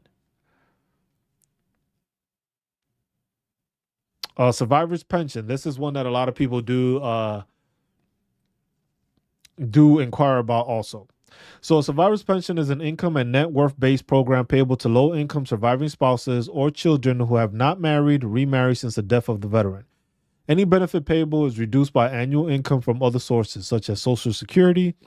If the survivor has unreimbursed medical expenses, these costs can be deducted from countable income to increase the benefit amount. Eligibility for survivor's pension. If the veteran served on or before September 7th, 1980, the veteran must have served at least 90 days of active military service with at least 1 day during a wartime period. So basically, if you were in a wartime period where it's just distinguished, which is like OIF, OEF, all that stuff, it's there. You have that there. All military should make a complete copy of medical records prior to ease. Multiple, they also start a call. The thing about that extreme is just like all military personnel, you get a copy of your military records. The problem is that you got to remember, a lot of these people that are those doctors and stuff like that, those PAs and the thing, don't always adequately notate what is wrong with you. So if you're not paying attention to what's going into your file, these people don't give a shit because they deal with the whole brigade or a couple of brigades or battalions. They ain't gonna remember everybody's issue. They just write down what they write, and if it's in there, it's in there. If it's not, it's not. So if you don't make sure that it's notated in there, you're gonna lose out on information that should be in there. And the one thing I gotta tell people is, a lot of the times, remember, for active duty, if you know active duty service members, make sure that you have all your appointments done, situated about getting seen or everything like that before you request your medical records. Because the thing is once you request that medical record, these people are not waiting for those appointments that are like 1 or 2 months down that are actually going to be beneficial to your CMP exam. They're going off of the date and time that you asked for and you requested, and that's the amount of documentation you're going to get. Because me, I asked for my records, but then I got my MRI from my shoulder, and my MRI results were not in my actual medical record. I had to take them separately and get the documentation separately to then process that into my medical records and put it into my claim because it was two separate things. So literally, I got my time in service from when I requested it all the way from day one. And then everything after that, I had to ask for separately because that did not end up in my medical records. So that's something that veterans need to understand, that it's just like, don't just assume everything is going to be in there. Ask, make sure the documentation, hey, can I get a record of this? They're going to be, look, somebody in the service I know is going to be upset. Like, yo, why is this dude always asking for a copy of his stuff? It's your right. It's your stuff. I know, Extreme. I know. They don't want you to be non-deployable. They want to keep you non-deployable, so they put you on a profile that allows you to be deployable, and they don't diagnose you with something wrong until it's time to go. And what I notice is also is when it comes to those military medical staff, they are going to make sure that you are deployable while you are at that location. When you are about to PCS or when you are about to ETS, from there, all of a sudden, magically, they'll try to diagnose you with stuff, or they'll claim this or claim that, or say, oh, this is what it is, because they are no longer going to be an issue for you. So once you know it's like, hey, you're clearing and stuff like that, they see it as like, hey, this person is leaving. We don't need him to be deployable. That'll be their problem if he's non-deployable. Here, he's deployable, so our numbers are good. Once he leaves us, we don't give a damn. He can deal with that at the other place, and then he won't be deployable at that other location. So keep that in mind. Service days that the veteran entered active duty service after September 1980, served at least 24 months. To qualify as a surviving child of a deceased veteran, there must be 18 or under the age of 23 if attending a VA-approved school. How to apply for the survivor's pension. It gives you the address and basically you can mail it. I know with a lot of the stuff with the VA, they are trying to implement it so that it is now a digital thing. Once that becomes it becomes a lot easier. But at the same time, we got to remember our older veterans don't have all that availability. Some have computers, some don't. Some have their cell phones, and most don't know how to operate them to the full capacity. So those are things you got to pay attention to. Survivors aid and attendance housebound benefits is basically the same thing when it comes to aid and attendance. Those are things that if you are aid and attendance bound or housebound, do you get a different compensation level? The same way when you have the special monthly compensation that you get that added on there. Because of that, that's what it is. That's how you get there. So that's where you get that information from, and that's where you get that the housebound is always going to pay more because you are housebound. Same thing for aid and attendance, the how to apply for it. Reductions for Medicaid covered nursing facility care. So surviving spouses without dependents or surviving children who are in a Medicaid approved nursing facility and are covered by a Medicaid plan for services furnished by the nursing facility are limited to receiving $90 per month in pension benefits. Children of women Vietnam veterans born with certain birth defects. Biological children of women veterans who served in Vietnam at any time during the period beginning on February 28th of 1961 till May 7th of 1975 may be eligible for certain benefits because of birth defects associated with the mother's service in Vietnam that resulted in a permanent physical or mental disability. The covered birth defects do not include conditions due to family disorders, birth-related injuries, or fetal or neonatal infirmities with well-established causes. And then it gives you the eligibility, the birth defects, which ones are there, so you can click on that and there. Same thing, and you have the Office of Survivors Assistance. VA has an Office of Survivors Assistance that serves as information experts about the benefits available for survivors. So this is a good one. This one I didn't know that they actually had an office for. So this is basically for survivors assistance. There are different, I know there's different organizations that have programs that are for survivors. Some have educational grants, some have scholarships and stuff like that veterans survivors can use in order to do that. Okay, so here's one of the bigger parts that we need to get into. So this one is the appeals and supplemental claims. Disagreements with VA claims decisions under appeals modernization. The Veteran Appeals Improvement and Modernization Act of 2017, implemented on February 19, 2019, modernized the claims and appeals process. The modernized appeals process is simple, timely, and fair to veterans, offering veterans greater choice in how they resolve disagreements with VA decisions. We'll take this lightly when we read these. But this is the breakdown of basically the different type of appeals, which most veterans don't know. And sometimes what veterans do is instead of appealing it, they go and refile again, which basically restarts your whole intent to file date because it was denied before, when you can appeal it and try to fight it that way, get it improved, and then receive that back pay. Typical decisions subject to review include disability compensation, pension, education benefits, recovery of overpayments, reimbursement for unauthorized medical services, and denial of burial and memorial benefits. Claimant generally has 1 year from the date of the notice of a VA decision to request a decision review from one of three options. However, claimants only have 60 days to file an appeal for contested claims.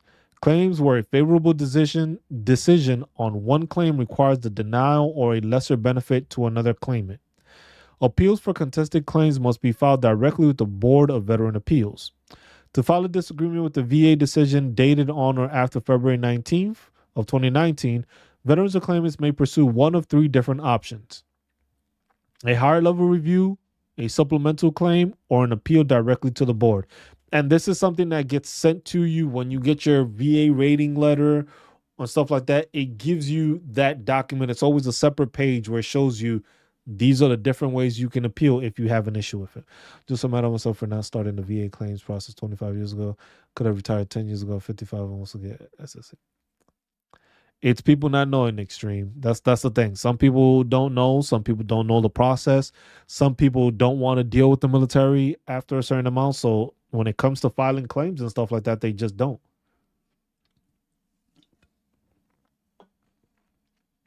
Then also, some people just had a bad time at the VA.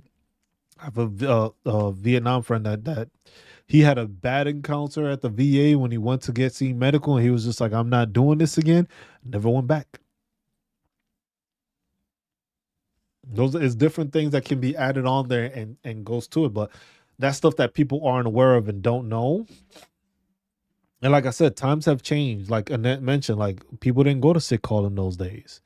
So there's not going to be documentation if you weren't really going to sick call.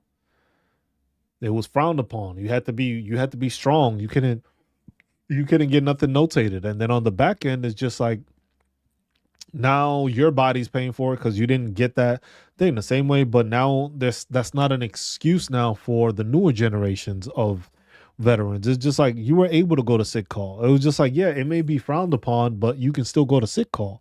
You can still get your stuff notated. At the end of the day, you do your time in service. You do it proudly. You honor this country. But at the same time, you got to take care of yourself on the back end. And a lot of veterans just didn't do that. A lot of service members don't do that, where they don't take care of themselves because they think it's going to be okay. And then on the back end, your body does start deteriorating. It's just like, yeah, you can be fit now, you can start working, but all that rucking, all that stuff, it may not cause something right then and there. You can have back issues later on in life because of all that rucking. I was just like, you were rucking a lot then. Your body was still young. You were taking it. But then that heavy toll starts taking it when your body doesn't recuperate. It's for you see what I'm saying? So that happens.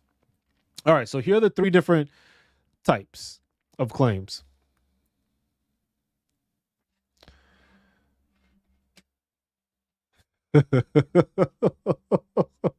Look, there's veterans that get there 100% easy. There's veterans that don't get it easy. There's veterans that could have filed a long time ago. Veterans that can file now. It's just like, hey, it's never late to file for disability claims. It's just you got to make sure you doing it correctly, so it saves time and it saves you headaches. The better you are at filing it, the better you are at taking care of the stuff, the better it is for you and the easier it is to file if you're doing it the correct way. But yeah, it hurts a lot of veterans when they think about it. It's like, man, I could have just been having these benefits then. It is something like that, but it's just like, hey, getting this out there allows people to understand that. So supplemental claims. The first one that you can do. Claimant may file a supplemental claim using VA Form 20-0995, Decision Review Request Supplemental Claim, available at the VBA.pubs forms. Now, let me click on this. Oh, see, so you could just click on it and it'll just take you to the form, which is on, I believe I do have that on my website. If not, that's something I need to make sure to add. New evidence. So basically, claimants must be sure to identify or submit new and relevant evidence. New evidence means evidence not previously part of the actual record before agency adjudicators at the time of the prior decision. Relevant evidence means evidence that tends to prove or disprove a matter at issue in claim. Claimants may file supplemental claims at any time. However, filing the request within 1 year of the date of notice of the prior decision on the issue maintains potential entitlement to the earliest possible effective date. VA is able to grant the benefit. So basically, this is explaining to you that, hey, you have the ability within that full year to file a supplemental claim. Appreciate that, Extreme. You have the ability to file within a year and provide a supplemental claim. This is something that basically within that year, you have to file within 60 days saying that you plan an appeal. It was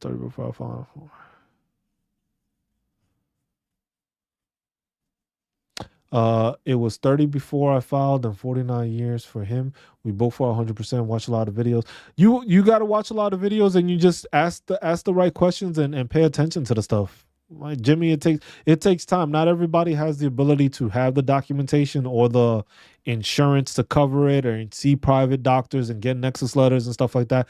It's a process. If you weren't able to take care of the stuff at the beginning part of your life, where you had to get the documentation and stuff like that, it is a process to fulfill getting to 100% on the back end because you have to do more work.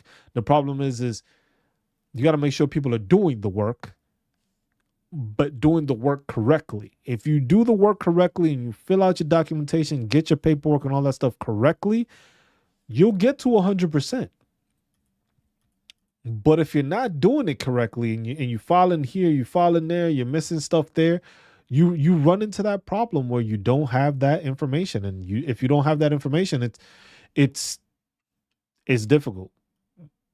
It is difficult. There's no way around that, where it's difficult to get these things done. It's difficult to get paperwork. It's difficult to do that, but it's just, you got to maintain, I wouldn't say composure, but you got to maintain the ability to keep doing what you need to do to get that. Because if you're not filing correctly, it doesn't matter. If you don't file correctly, you fall into this process right here, which is the supplemental claim, the higher level review, or the appeal.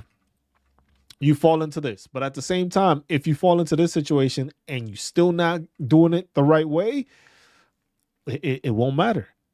If you filed an appeal, but you submitted the same information, didn't provide anything new, didn't provide a new buddy statement or a new DBQ or a new imagery or whatever the case, if it got denied before because they couldn't explain why, it's there. But remember, that document that they send you with the rating, it tells you why. Sometimes it'll say, oh, we found evidence, but we just couldn't connect it, which is always weird to me. But that's the stuff there. Oh, okay, y'all found evidence. So there is stuff in my record explaining this.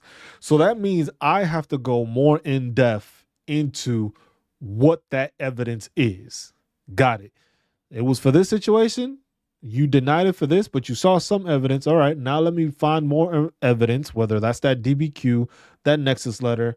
So watching from Louisiana. Appreciate you. If you find that information, you get that information, you get that there, and it's just there. It's just like, you know what? Okay, this makes sense. They said they found evidence, but they couldn't connect it. Okay, now let me find this documentation or get documentation that shows that it is service connected. Most of the time, it's that Nexus letter. But if you have stuff in your file that maybe you just skipped over or you didn't look at in depth, because like I said, your medical record, you should be going line by line, page by page, and you shouldn't be skipping anything. because you got to make sure you have everything there to supplement your claim. Make sure your documentation is good. Make sure your information is correct and it's on there, highlight it and put it there. Oh, see, look, you got 2 Louisiana people up in here. Okay, so higher level review. This is a different type of review, still part of the appeals process. So this is a different way of going about it. A claimant may request a higher level review using form 20-0996 decision review request, higher level review, with an HLR, an experienced VA adjudicator who did not participate in the prior decision, re-examines the same evidence used in the prior decision and decides the claim without considering that prior decision. The claimant and the representative may request one informal conference with the higher level review to identify any errors in law or fact VA made in the prior decision. So this is basically you talking. This is basically you filing, saying like, look, that last VA rater just didn't do a good job. He didn't do a good job. He missed out on this. He missed out on that. This is there. This is there. But you got to remember, when you're doing this, make sure your shit is correct. Don't go and do a high level review and you don't have that information and you are not, it is not concrete in there showing like, hey, you got this, you did that, this happened, stuff like that. Once you have it that way, high level review shouldn't be that difficult. Because then it's like, look, I have this documentation here. This is there. That is shown there. I just need somebody else to get eyes on it. And that works sometimes. But if you want somebody to put eyes on the situation and you don't have the situation correct, you get denied again. Then you go through a different process. But basically says it's somebody that had nothing to do with the prior decision and they are looking it over because you're basically stating, or you can call and talk to them and just be like, hey, look, this is where there was an error. The VA said I didn't have this, but here's the documentation. And this is where you're doing your due diligence also, where it's just like, hey, here in my medical record, it is page this, or here in the document I submitted as evidence, it is on this page that it shows this is where it happened. This is what the time period it took place in, all that stuff. And you explain that to them and you can call them on that informal talk conference. You talk about it. And then from there, you give them something to make sure to view. Because it's like, hey, I got denied because of this back issue. It says I have favorable evidence, but here's the more evidence that I guess was overlooked. Here's when I got this injury. Shows it here. This is a date. Here's the time period of the physical therapy I got. This is from here to here. This is the other instance where I got seen on this. Or here's the medical profiles I attached to it showing that I had these back injuries and I had this problem and I got seen for it. You have that. Higher level reviews are not that difficult. Now, you still got to wait for it to be done. So that still goes into that appeals process where it takes a longer time because there's a backlog of people getting either stuff wrong, VA raters not doing their job correctly, or sometimes the veteran not doing a good job of filing a claim, and now it's getting reviewed. If it's being reviewed and you got denied, you're missing out on something, or something is not right that they still denied you. So that's where you got to make sure you are doing your due diligence to make sure your documentation is straight, no issues. And that's what it is. So the claimant and it says it right there. And it says VA must receive the completed VA form within 1 year of the date of the notification letter of the prior decision. So remember, you have a year. You want to file it 60 days, within 60 days to say you appeal it, because otherwise they take it as like, hey, you didn't say anything within 60 days. You go with this. There's nothing wrong. But you have a whole year to fill it out. If you do it within that 60 days, like, hey, you're filing for an appeal. This is why. And now this is the last one. And then it says, check the decision letter for your initial claim for instructions on how to submit the form. Because basically, like I said, on that ratings, on that initial claims letter, so it will say if it was favorable evidence or, hey, we didn't find no evidence. Because then it makes it simpler for you to know what it is you have to do to get to that point. Do you have to get extensive documentation because there's no evidence? Or yes, there is evidence. Okay, this is what I need to do to highlight this evidence so that people can see that this evidence is what is needed to get me that service connection. And now we have the appeal to the Board of Veterans Appeal, which goes through the courts of appeals of veteran claims. A veteran or claimant may appeal directly to the board using VA Form 101A2 within 1 year of the date of the decision. Veterans or claimants appealing to the board may request a hearing with a veterans law judge and or have the opportunity to submit additional evidence. The board can also conduct a review without any additional evidence, which could result in a faster decision. This is where you submit it to, or you submit it by fax. A board decision under the modernized program also may be appealed to the U.S. Court of Appeals for veterans claims. And that's for the board. Legacy appeals. For VA decisions issued prior to February 19, 2019, under the legacy appeals process, a claimant had 1 year from the date of the notification of a VA decision to file an appeal by writing a written notice of disagreement with the VA department that made the decision. There are still some cases pending in the legacy appeal system. So there's still, imagine that. That was from before 2019. We are in 2025, y'all. So that says people are still dealing with legacy appeals from at least 2019. In the legacy appeal system, following the receipt of claimant's written notice, VA issues the claimant a statement of the case describing the facts, laws, and regulations used in deciding the case. To complete the request for appeal, the claimant must file a substantive appeal, VA Form 9, within 60 days of mailing of the SOC or within 1 year. Claimants with a pending legacy appeal can opt into the modernized appeal system when they receive an SOC or a supplemental statement of case. And that's the opt-in if you want to do it that way. The Board of Veteran Appeals.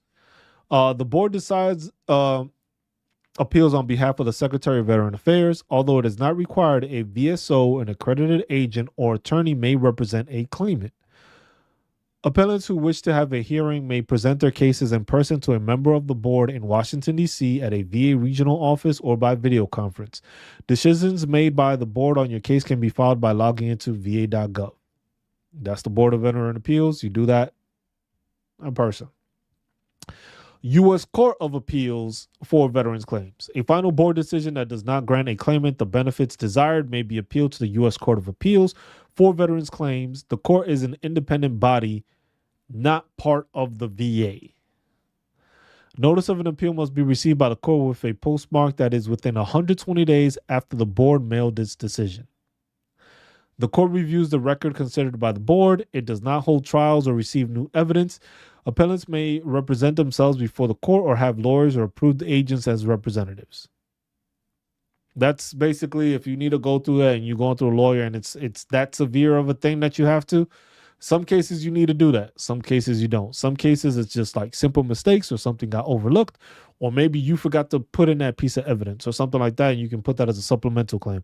So there's a different ways of doing it. It's just depending. It's a case-by-case basis as to what the issues are. Was it the VA messed up? Was it you didn't provide enough information? Or you just need to appeal this to the highest level because it's just like, look, this needs to be looked into for this reason. Then we have the correcting of military records, which I have a little short on there also, and it provides it. So the Secretary of a military department acting through a board for correction of military records has the authority to change any military record when necessary to correct an error or remove an injustice. A correction board may consider applications for correction of a military record, including a review of discharge issued by a court-martial. All branches of the military consider you to have a strong case for a discharge upgrade if you can show your discharge was connected to any of these categories. So this is for people that might have gotten removed off of that. Mental health conditions, including PTSD, TBIs, MST, and including don't ask, don't tell policies. So that can be changed for it, because remember, back in those days during the don't ask, don't tell, I don't think you got an honorable for getting out at that point. So that took away benefits from some people. So that's something to pay in mind too there. Review of discharge from military service. So this is each of the military services maintains a discharge review board with authority to change, correct, or modify discharges or dismissals not issued by a sentence of a general court martial.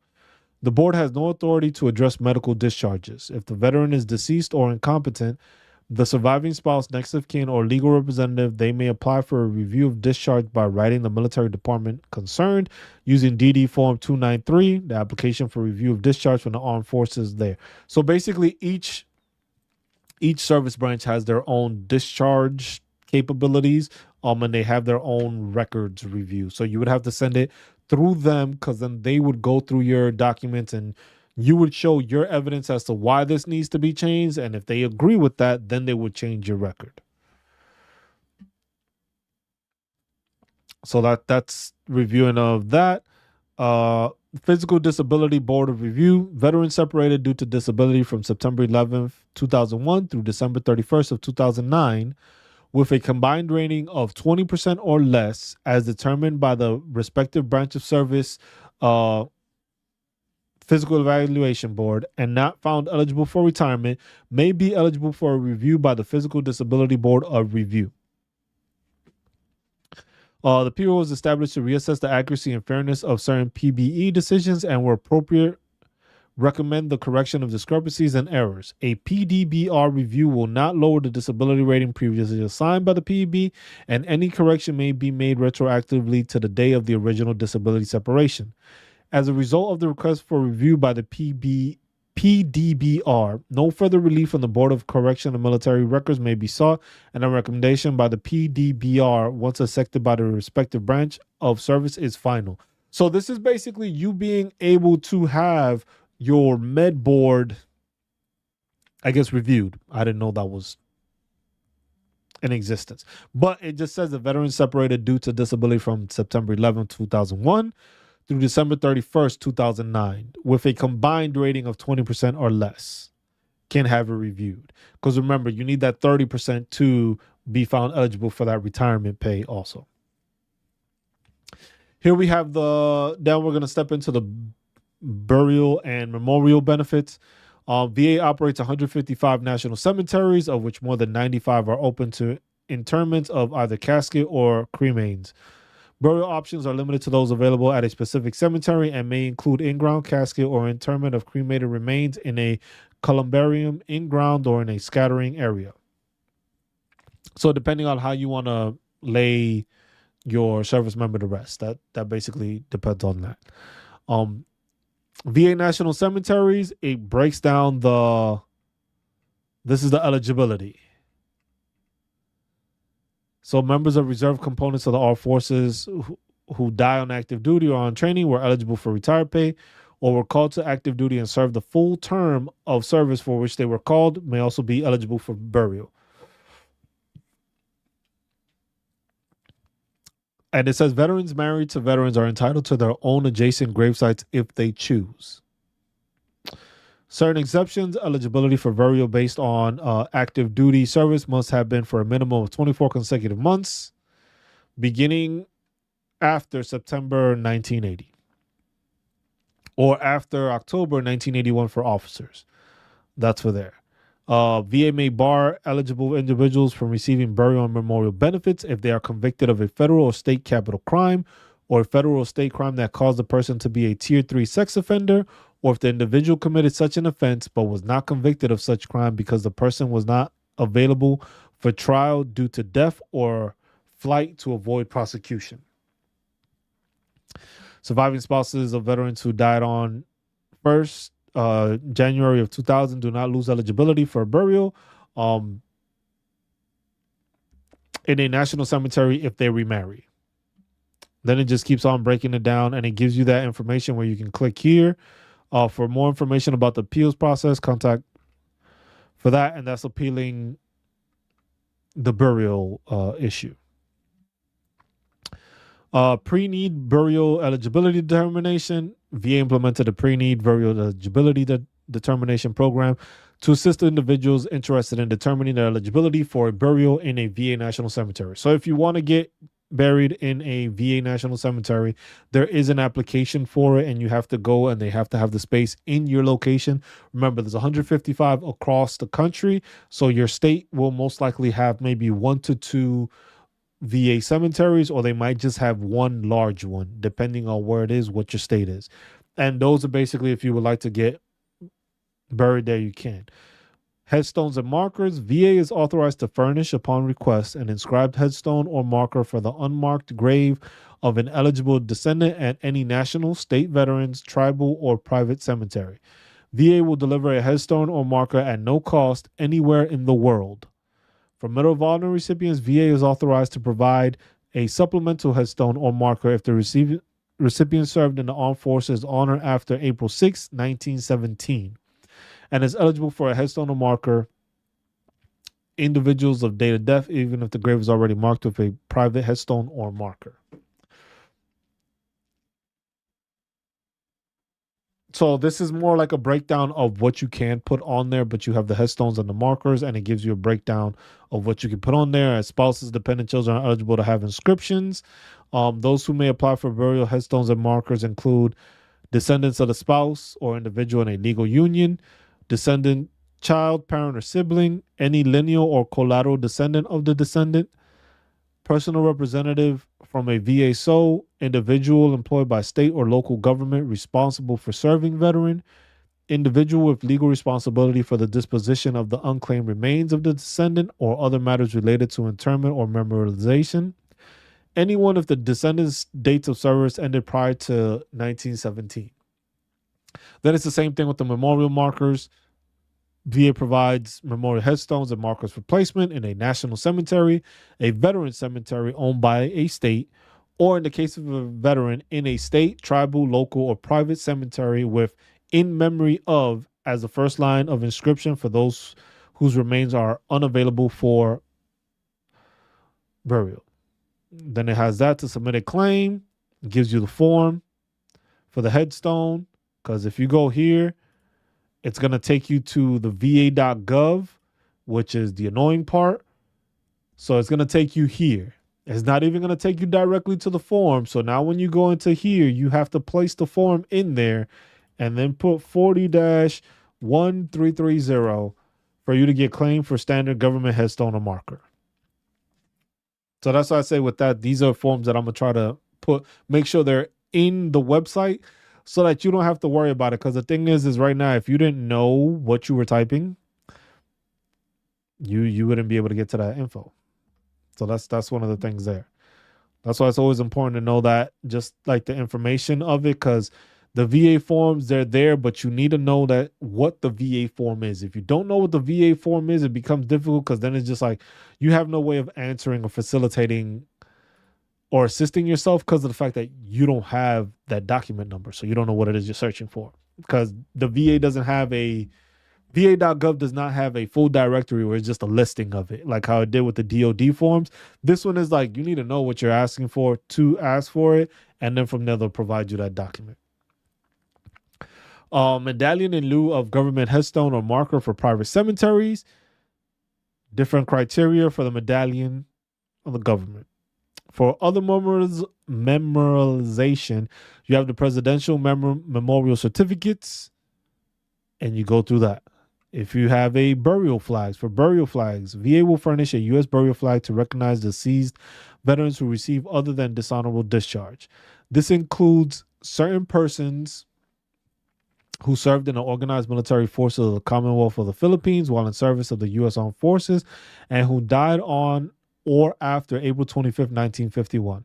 Also eligible for a burial flag are veterans who are entitled to retired pay for service in the reserves or National Guard, or would have been entitled if over age 60.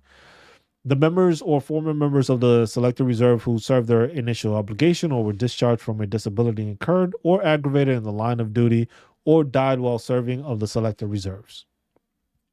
That's for burial flags. Then it has a link here. You can go to the link and it gives you that for more information. You got service-connected burial allowance. VA will pay a burial and funeral allowance up to $2,000 if the veteran's death is service-connected. Such cases, the person who bore the veteran's burial expenses may claim reimbursement from the VA. There's no time limit for filing reimbursement claims in service-connected death cases. Gives you the form. But remember, if it is a death caused by service-connected issue, that means that on the death certificate, it states the service-connected issue. You cannot have You will not receive a service connected issue if you can't show it's a service connected issue. See what I'm saying? So you got to make sure that it's highlighting that and it's showing that information. Non-service connected burial allowance. VA will pay a burial allowance of up to $948 for veterans who, at the time of death from non-service connected injuries, were entitled to receive pension or compensation, or would have been entitled if they were not receiving military retirement pay. Plot allowance. VA will pay a plot allowance up to $948 when a veteran is buried in a cemetery not under U.S. government jurisdiction. So this is if the veteran was discharged from active duty because of disability incurred or aggravated in the line of duty. This is mostly like med boards. The veteran was receiving compensation or pension, or would have been if the veteran was not receiving military retirement pay, and the veteran died in a VA facility. Here's the form for that. Same thing as the top one, the burial application for burial benefits. So once you fill that out, it'll give you the rest of the information. We have our transportation benefit. Some cases, VA would pay the cost of transporting the remains of a veteran from the place of death to the place of burial if the veteran died while hospitalized by the VA or other facility listed in 38 CFR 3.1706. The veteran's remains are unclaimed or at the time of death. The veteran was in receipt of disability compensation or military retired pay in lieu of disability compensation. So that's there. Other burial receptacle allowances. VA will pay monetary allowance for an outer burial receptacle for an internment in a VA national cemetery where a privately purchased outer burial receptacle, grave liner, burial vault, or other similar container for a casket has been used in lieu of a government furnished grave liner. The allowance amount changes each year based on average cost and was $411 for burials that occurred in the calendar year of 2024. So that'll be updated for 2025. They don't specify when that is. The Veterans Legacy Memorial, the website has a specific website, is the nation's first digital platform dedicated to the memory of nearly 10 million veterans interned in VA's national cemeteries. There's a lot of us in there. And it explains that, gives you the link to it. Then we also go to the veteran cemeteries administered by other agencies. So the Department of Army administers Arlington National Cemetery and other Army installation cemeteries. Eligibility is generally more restrictive than a VA national cemetery.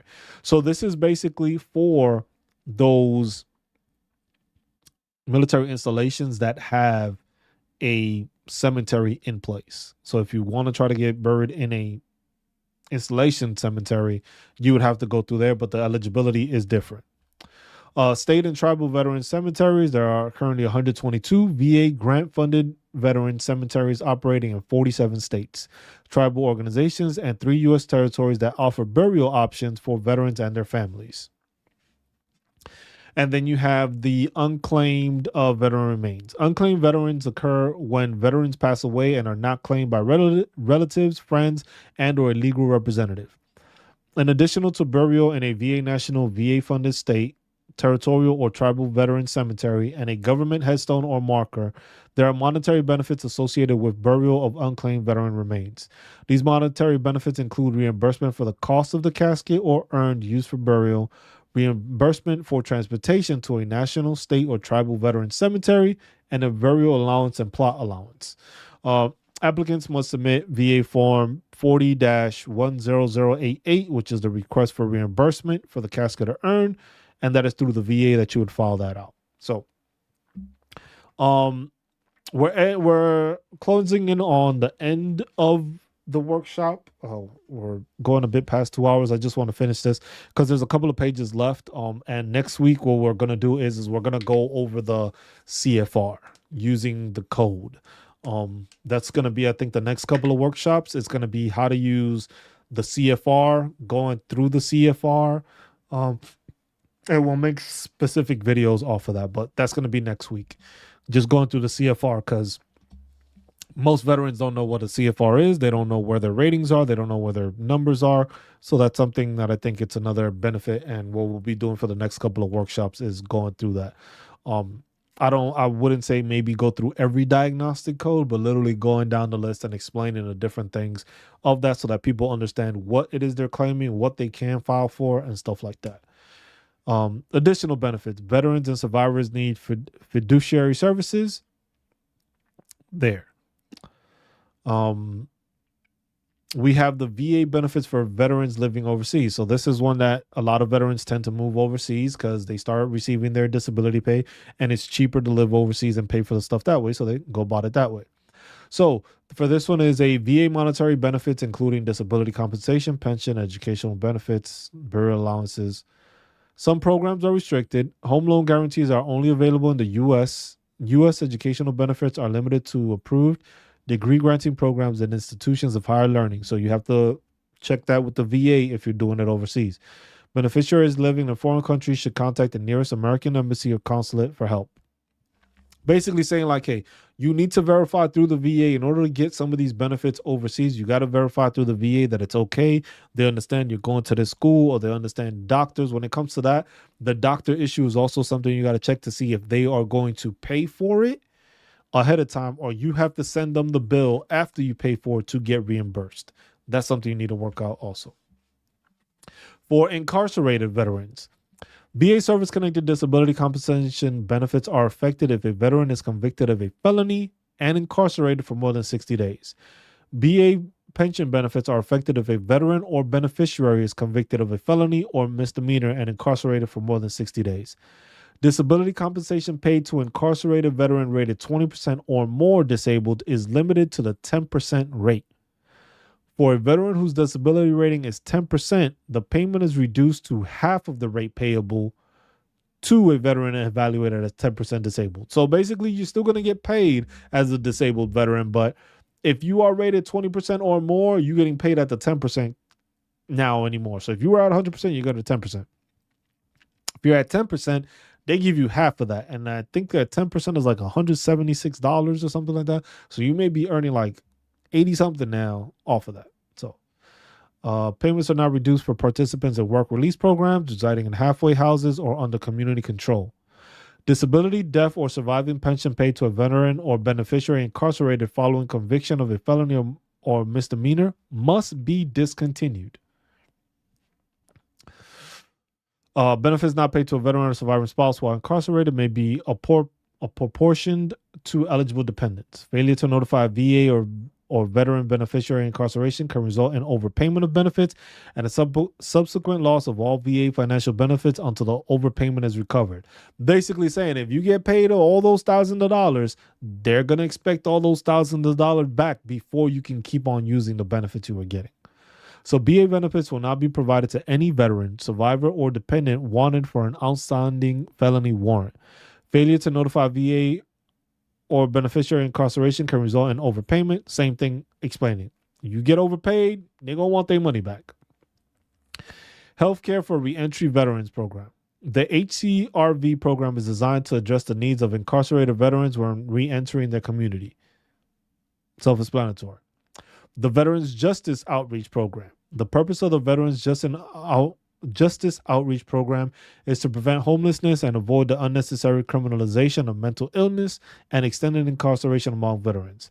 This is accomplished by ensuring that eligible justice-involved veterans encountered by police and in jails or courts have timely access to VHA mental health, substance abuse, and homeless services when clinically indicated, and other VA services and benefits are appropriate. So that's also self-explanatory when it comes to the outreach program. Basically assisting veterans once they are out of incarceration to make sure they don't become homeless or they don't go through the mental illness issue that may happen there. Service members transitioning from the military.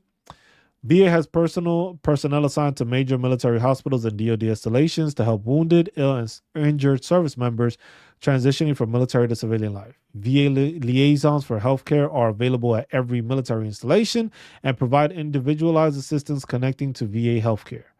I don't recall having that in Germany. Maybe it's new. Maybe it got implemented, but I don't recall having that in Germany when I was getting out. Vow to Hire Heroes Act. The act made the Transition Assistance Program, TAP, including attendance at VA benefit briefings, mandatory for most service members transitioning to civilian status. Upgraded career counseling options, focused TAP more heavily on job hunting skills, and tailor the program for the 21st century job market. So the TAP program is there, but it doesn't inclusively provide all this information. It's little sugarcoating of giving you this information so that you know what's going on, but there's still a lot of stuff that doesn't go enough in depth to actually help veterans on the long run. Like, yes, helping with your job hunting skills or writing a resume, developing a resume, but it's also explaining to veterans is just like what you have done transitions to civilian life. Not everything is going to transfer over, but when you were a squad leader, when you were a platoon sergeant, when you were a master driver or the arms room trainer or in charge of training, or you did training, those are things that you can put as part of your resume that, hey, you conducted training for this amount of people on this subject. If you were the arms room, you dealt with all the weapons. You had to show people how to make sure they were clean, stuff like that. That's stuff that you can still do because you are using your leadership capabilities to educate other people, which is something you can put on the stuff.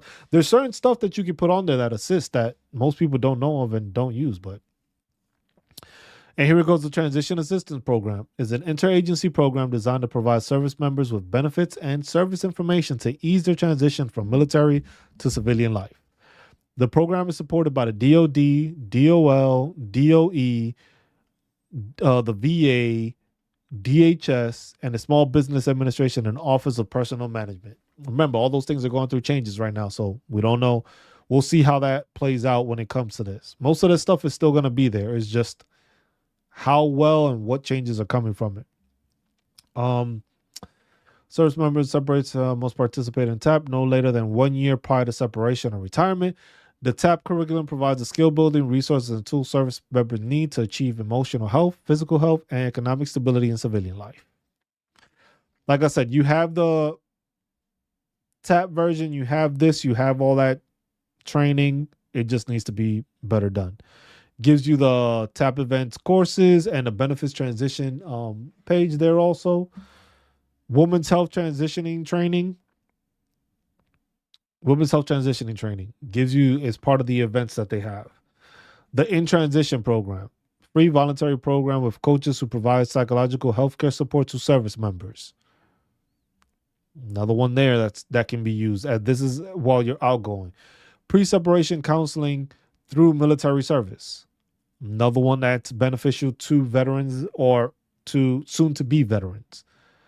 Verification of military experience and training. The VMET. This is basically you getting all that training and all that documentation and putting it together so that you start consolidating it, figuring out what you did, highlighting what you did, and placing that as part of your resume, and then typing it up, restructuring it so that it goes into more civilian terms and not just military terms, but it gives you that explanation of what you did, what you were able to accomplish, and what you managed, so that when you're going to a job, you can explain that and have that written in documentation and show that. Veterans Workforce Investment Program recently separated veterans and those with service-connected disabilities, significant barriers to employment, or who served on active duty during a period in which a campaign or expedition badge was authorized, can contact the nearest state employment office for employment help through the Veterans Workforce Investment Program. So this is basically a separate program compared to the VRE. So this is something that you can have your state employment office help you, like, hey, I'm a veteran, I want to get into the workforce. I need this assistance there. Veterans Employment Services, VA's Veteran and Military Spouse Talent Engagement Program provides guidance and assistance to veterans and military spouses seeking employment in the U.S. Department of Veteran Affairs. So like I said, these are programs that are available to your spouse to be able to work at the VA. So not necessarily you can be serving, you can be active duty, and then you can have your spouse working through the VA, which gives you a heads up on all the stuff while you're doing your service. You have somebody that's learning the system, knows how it is, knows the ins and outs of it, knows what's best for you to file, how to file it and stuff like that, and you learn from it, and it's beneficial to you. That has the website also. It also has a Facebook page for people to check out. State Employment Services, you got to ask your state. It goes careers employment, but you have to ask your state. Your state employment office, That is going to give you the best criteria and the best information for you to use. Unemployment compensation, self-explanatory. Veterans preference for federal jobs. We already know how this works when it comes to, since the time of Civil War, veterans of the armed forces have been given some degree of preference in appointments to federal jobs. Self-explanatory. Veterans recruitment appointment. Veterans recruitment appointment allows federal agencies to appoint eligible veterans to jobs without competition. So basically, this is like a direct hire thing for veterans. Give me 1 second. I need to check something out. Give me a second. I'm just looking at this because I want to see how much. Oh, these pages blank? What the hell's going on here?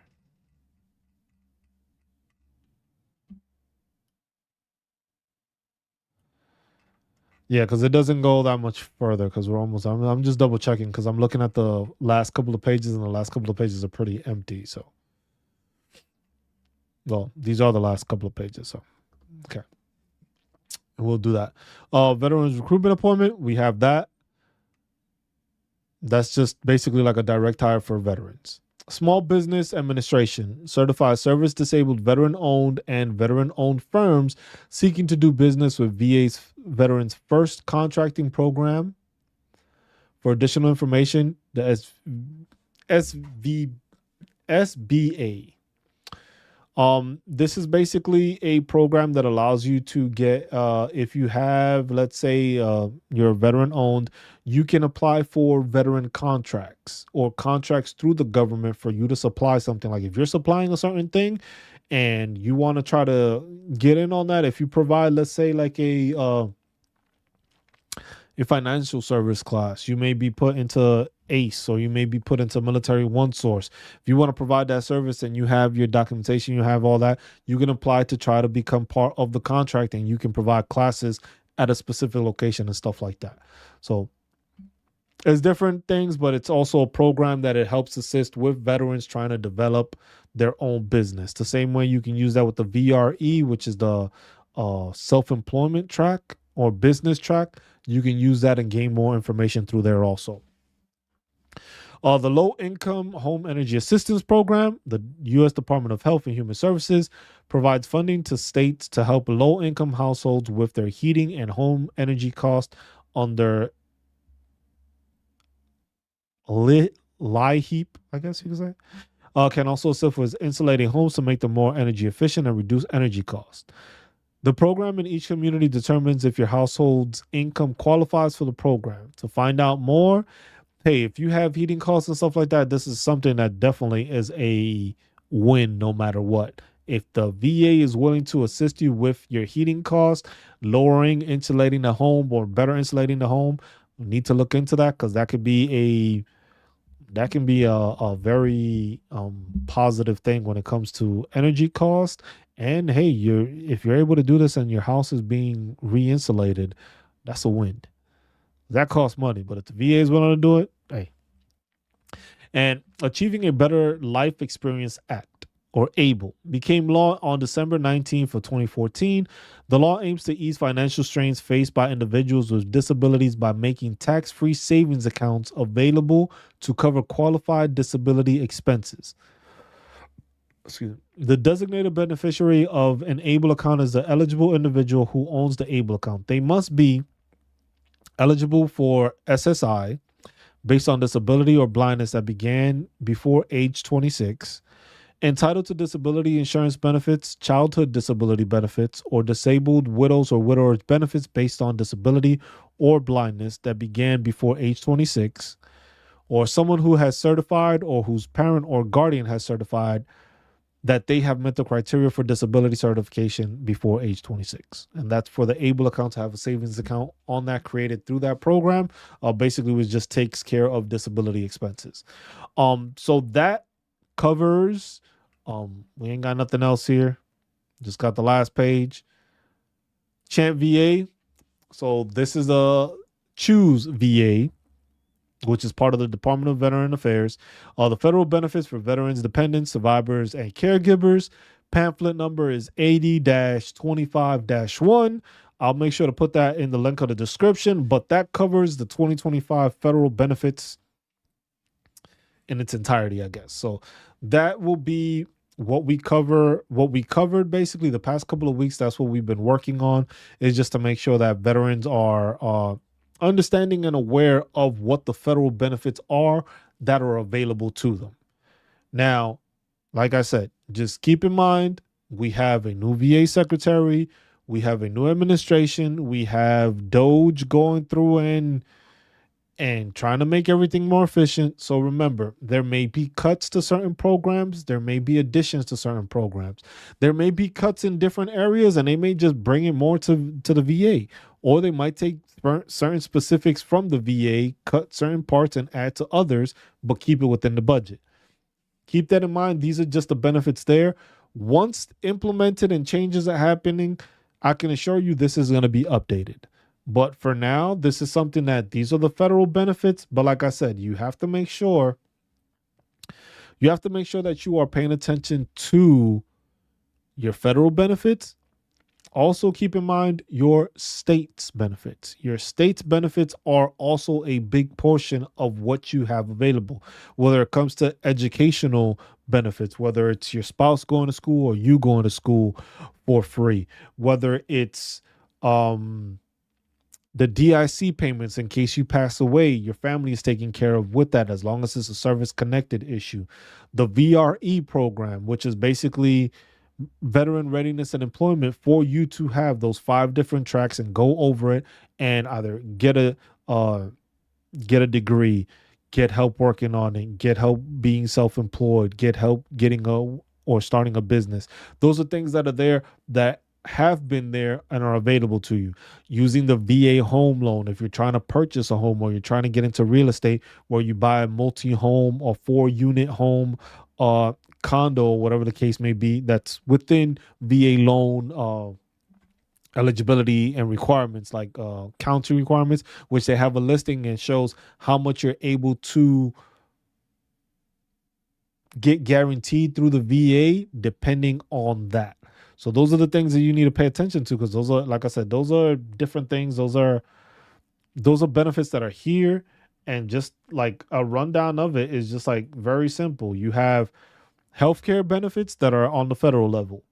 You have non-healthcare veterans benefits. You got the veteran readiness and employment. You got the pension program. You got education and training. You got home loans. You got life insurance. You got reemployment rights. You got homeless assistance and prevention. You have the family members and survivors benefits. These are all benefits that are available to all veterans, as long as, honorably discharged and stuff like that. But these are benefits that are there at the federal level that are there for all veterans. As long as you fit the description of a veteran and you were honorably discharged or other than honorable and nothing was negative, you basically are available to have all these different benefits. Certain benefits you need a certain criteria, like for the VRE, you at least have to be 10%, which if you have, I believe it's like 2 that are at 0, they might still get you up and bump you up to 10% because you basically have 2 service connected issues and you're not being compensated, but you may get compensated at the 10% mark. But from there, VRE, you have your GI Bill. You can use your GI Bill. You get your loans deferred if you're at 100% P&T. You go to school, take loans out, reuse it again, then get all your loans deferred, then use the GI Bill, or then use the VRE program. There's different ways and different benefits that are available to you that you can use in multiple manners, which can assist you with becoming more independent, allowing you to have a financial backing and having a financial just like a financial criteria that allows you to know, like, hey, I am taken care of, I have these benefits I can use, and my family is taken care of, and some of these benefits they'll be able to enjoy even after I pass. That's a very life-changing thing, and it's, hey, we served our country, we made our sacrifices for our country. It's a benefit that we've earned, and it's a benefit we have to make sure we are taking advantage of. But yeah, that'll cover this week's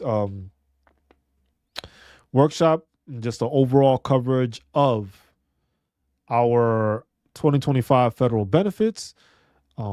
like I said, I appreciate everybody that tunes in. Appreciate you stopping by, making statements, asking questions. This is all just to make sure veterans are more aware and are getting their understanding. I know everybody's going to start getting ready for the Super Bowl in a couple of hours. So make sure y'all are safe, have a good time, enjoy the game, enjoy it with friends, family, whoever you're enjoying it with. Um, be safe. If you're gonna drink, make sure you are not driving. Make sure you have a plan. Make sure you're okay to enjoy the stuff. Some places have like late work calls. I know they do that in the military sometimes, where they give you a late work call. I don't know if they still do it. It was like that in Germany because we were watching it at like 2 or 3 in the morning and then had PT the next morning. So they usually give us a little late work call, but not always. But as always, we try to educate people here. We guide you to the benefits you've earned. Jimmy, thank you. Thank you for tuning in. Like I said, if y'all have questions or if you have other veterans and stuff like that, send them over here. Make sure to subscribe. Make sure to tune in. We do this every Sunday, 12 noon. Most of the time it's just a 2-hour thing, but I wanted to make sure to finish these benefits so we can start on another topic next week, which would be the CFR. And I just wanted to do that. So we went over the 2-hour mark, but that's usually what we're doing, is just trying to keep it between 2 hours, below 2 hours, at least up to 2 hours. So that way we do it. Thank you, Annette, and thank you for being a member of the channel also. Dallas, you're welcome. Appreciate it. It's assisting. Yeah. I'm glad it's able to assist people. And like I said, if you have more veterans or know, even like I said, even for active duty service members, they can come in and tune in. If you know people that have kids that served, it's beneficial for them to tune in and ask questions now so that they are better prepared on their way out and have this information instead of having the issue where we are playing catch up, which is what we're doing with a lot of veterans right now, is trying to catch them up to what they've earned and getting them those benefits. So the more we can do that, the better off veterans are doing it, the more we're using these yeah. And that's why I say, and that's why it's just like this. It's important to get this out because this is an information that it's there. It's just nobody hears about it, nobody knows about it, and older generations, unfortunately, are suffering because of the fact that they didn't have this availability like it is now. The newer generation is going to suffer the same way if they don't pay attention to it and don't look into it, and they decide, you know what, I'm getting out, I ain't dealing with it. If something hurts down the road, I do it, and then they fall into the same system. So it's just breaking that cycle and trying to make it so that we are better aware, better taken care of. And we all know how the military works with the budget. If the budget is there, spend it. If you don't spend it, it gets reduced. So with veterans, hey, if we are using these resources and using these benefits, they're not going to try to take them away because veterans are taking and using them. So the money is being used in the correct manner. But if us as veterans are not taking advantage of these benefits and are not using these benefits or not gaining anything from it, there's no reason to have these benefits. So it's like, as veterans, we need to make sure we are passing this information along so that all veterans are incorporated and understand, like, hey, this is the documentation you need. This is the benefit you have. Use this benefit, or tell of another veteran that, hey, this might be beneficial for you. Hey, you can use the VRE program. Hey, you get a stipend since you're 100% for your dependents. Hey, you can use the VA loan. Hey, you might be going through some crisis or something, and hey, you have a homeless program just to make sure you don't become. All these things are beneficial for veterans to know, but the thing is the VA can create all these programs. If we are not using these programs, the VA starts looking at it as just like, hey, we don't need this. So us as veterans, we need to make sure we start using all of these and start spreading the word so that the VA, the government, everybody realizes, like, you know what? These people need better health care. We start using the health care. They can't say, no, we don't use it. We need the budget for it. It has the numbers showing that people are using it. Let's get them more healthcare that way. But if we got 19 million veterans out there right now and only 8 million of us are using the healthcare, it's like, you know what? It's necessary, but it's not that necessary. So then it makes it think, it was just like, more than half of these people don't even use the benefits that are there for them. It's kind of hard for me to increase a budget for something that half of the people don't even use. See what I'm saying? But hey, everybody uses the GI Bill. You never hear about them trying to take that one away because that's a very big benefit. But the VRE program offers the same exact thing just for job placement. Most people don't use it. Most people don't know about it. That's the stuff that is just like, hey, let's keep doing these. Let's keep pushing this information out. Let's get it to veterans so veterans understand. We need to use all of these benefits. We have to start using them. We have to start taking advantage of them. It's not only that you get disability compensation. Disability compensation is great. Don't get me wrong, but it doesn't stop there. The amount of additional benefits, additional programs, additional companies, corporations, and stuff that they offer, scholarships, grants, business grants, stuff like that. All that information and all that benefit is there, and it's not being used. So if you have all these benefits and all this stuff that you can use, imagine how much further you can accomplish or prepare the next generation of your family with all these benefits. Got to start using them, y'all. That's the biggest thing. As veterans, we need to start using these benefits because if we're not using them, it looks like we don't need them.